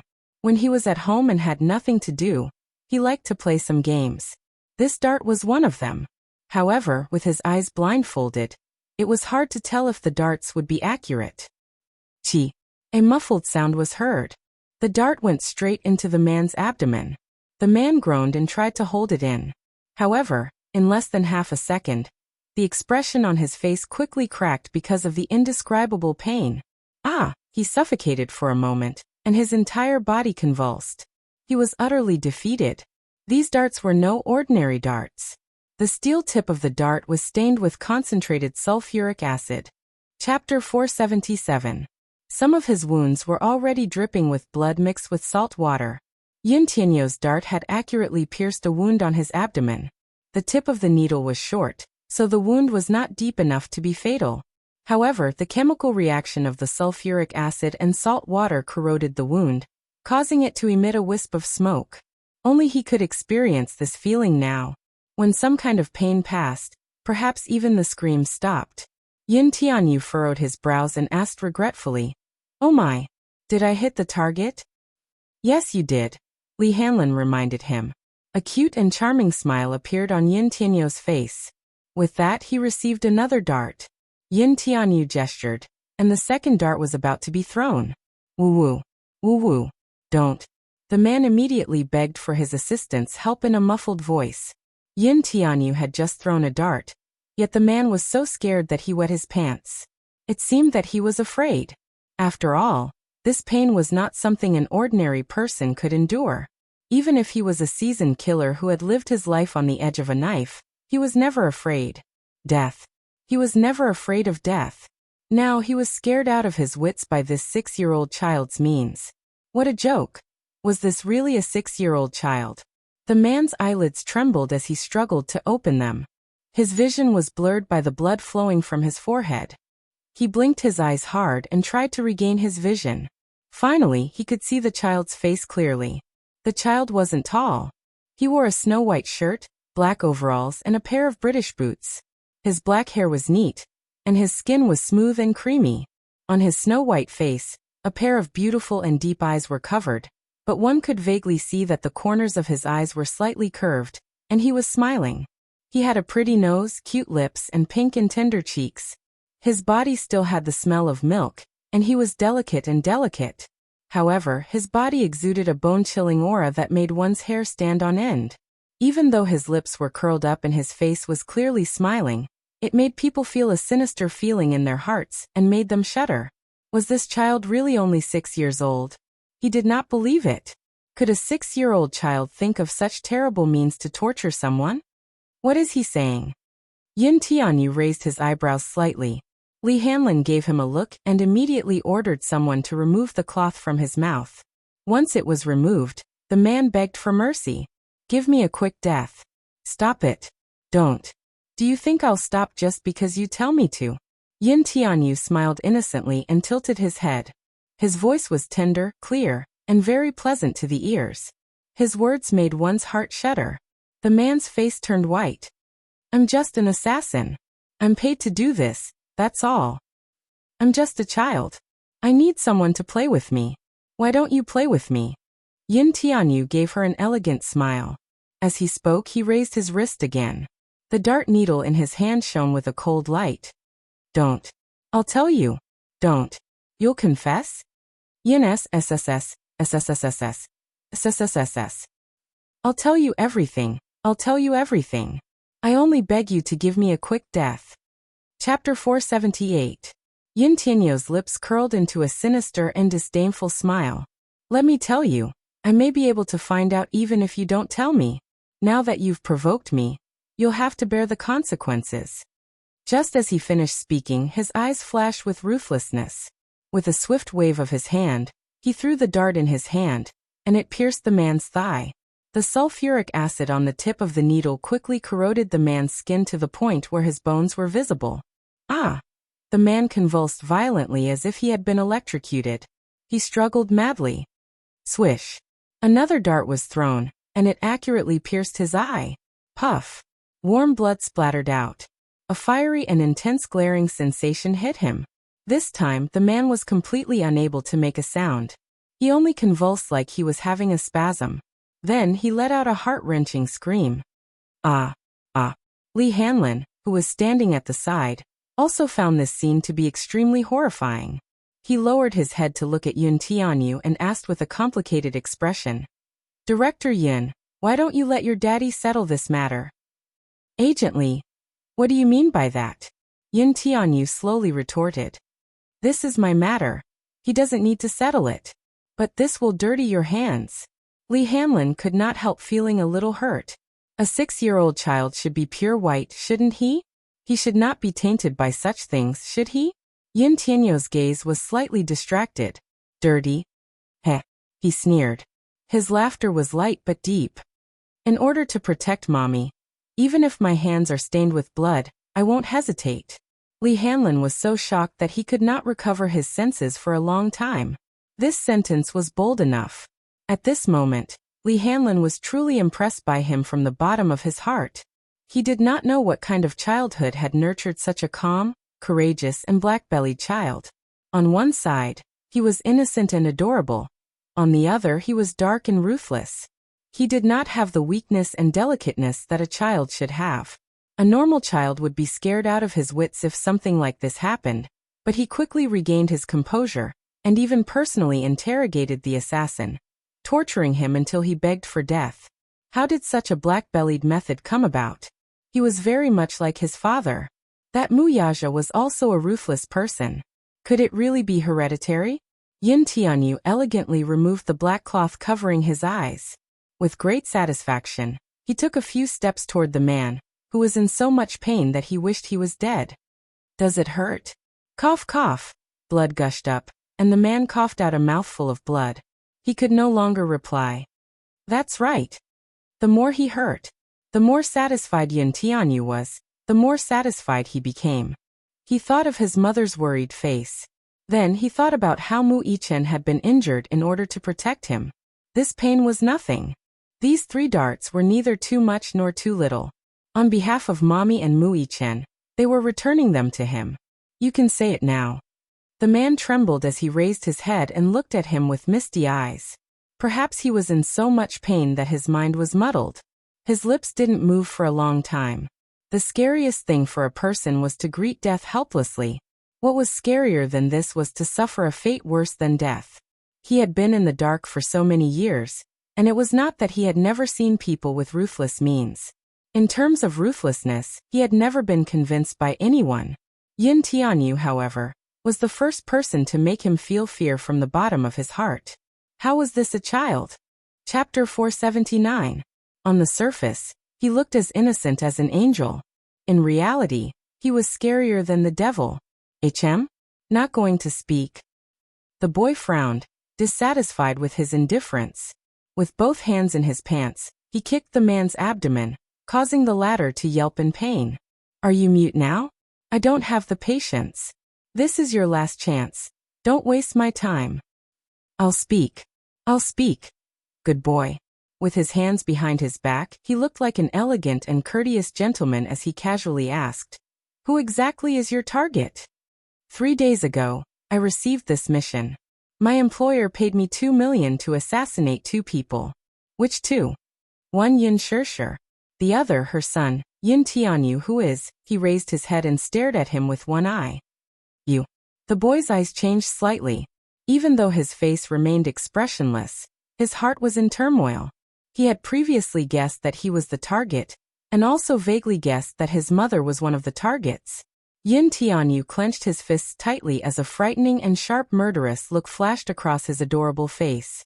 Someone actually dared to hire an assassin to assassinate his mother? D***.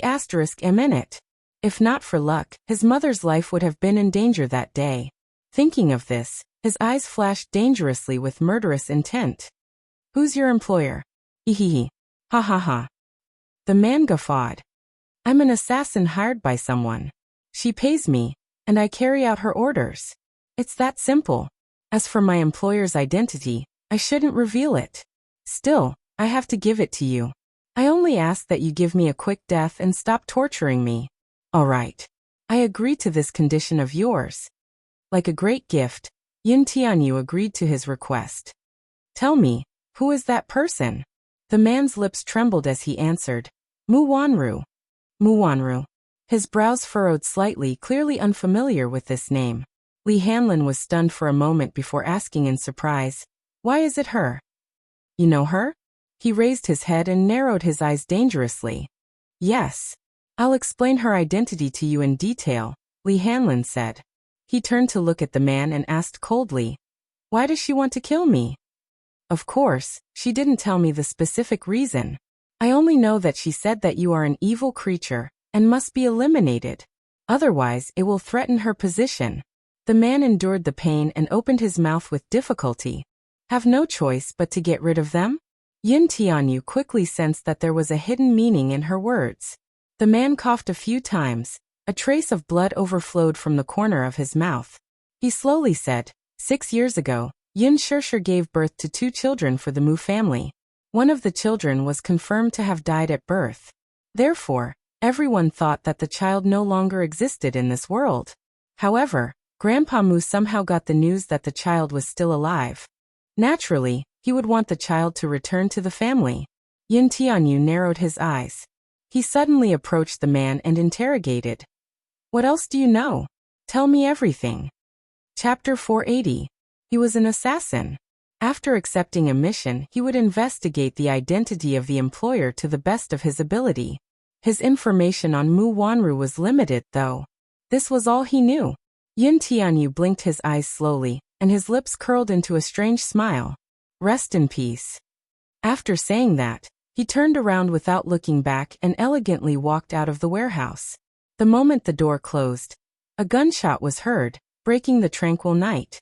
When Li Hanlin came out, Yin Tianyu was sitting in the car, deep in thought. Have you dealt with everything? Li Hanlin nodded. Yes, let's go. In the car, Yin Tianyu sat leisurely in the back seat. He rested his chin elegantly on one hand and looked out the window indifferently. Li Hanlin, who was sitting beside him, gave him a rough analysis of Mu Wanru's information. However, due to the limited information he had, he could not deduce Mu Wanru's motive for hiring an assassin. Yin Tianyu only said, it's not that simple. You have 5 days to investigate everything about Mu Wanru, no matter how big or small. Understood, Li Hanlin replied swiftly. At the same time, in the Mu residence. In the study room, Mu Yaja sat at his desk and flipped through a thick stack of documents with his head lowered. Minyu, who was behind him, quietly waited and carefully observed his expression. That's all. Sir, all the information on Leji Holdings is here. Mu Yaja raised his eyes and furrowed his brows slightly. Since Xiao Yichen was injured, he naturally wanted to find out what had happened at the amusement park. However, due to the shooting incident, Fairy Tale Valley closed 3 hours in advance and evacuated all the visitors. They showed a perfect public relations attitude toward the media's interception of interviews, but they refused to talk about what had happened that day, even in the face of the public's doubts. The shooting incident was definitely a fatal blow to a public amusement park like the amusement park.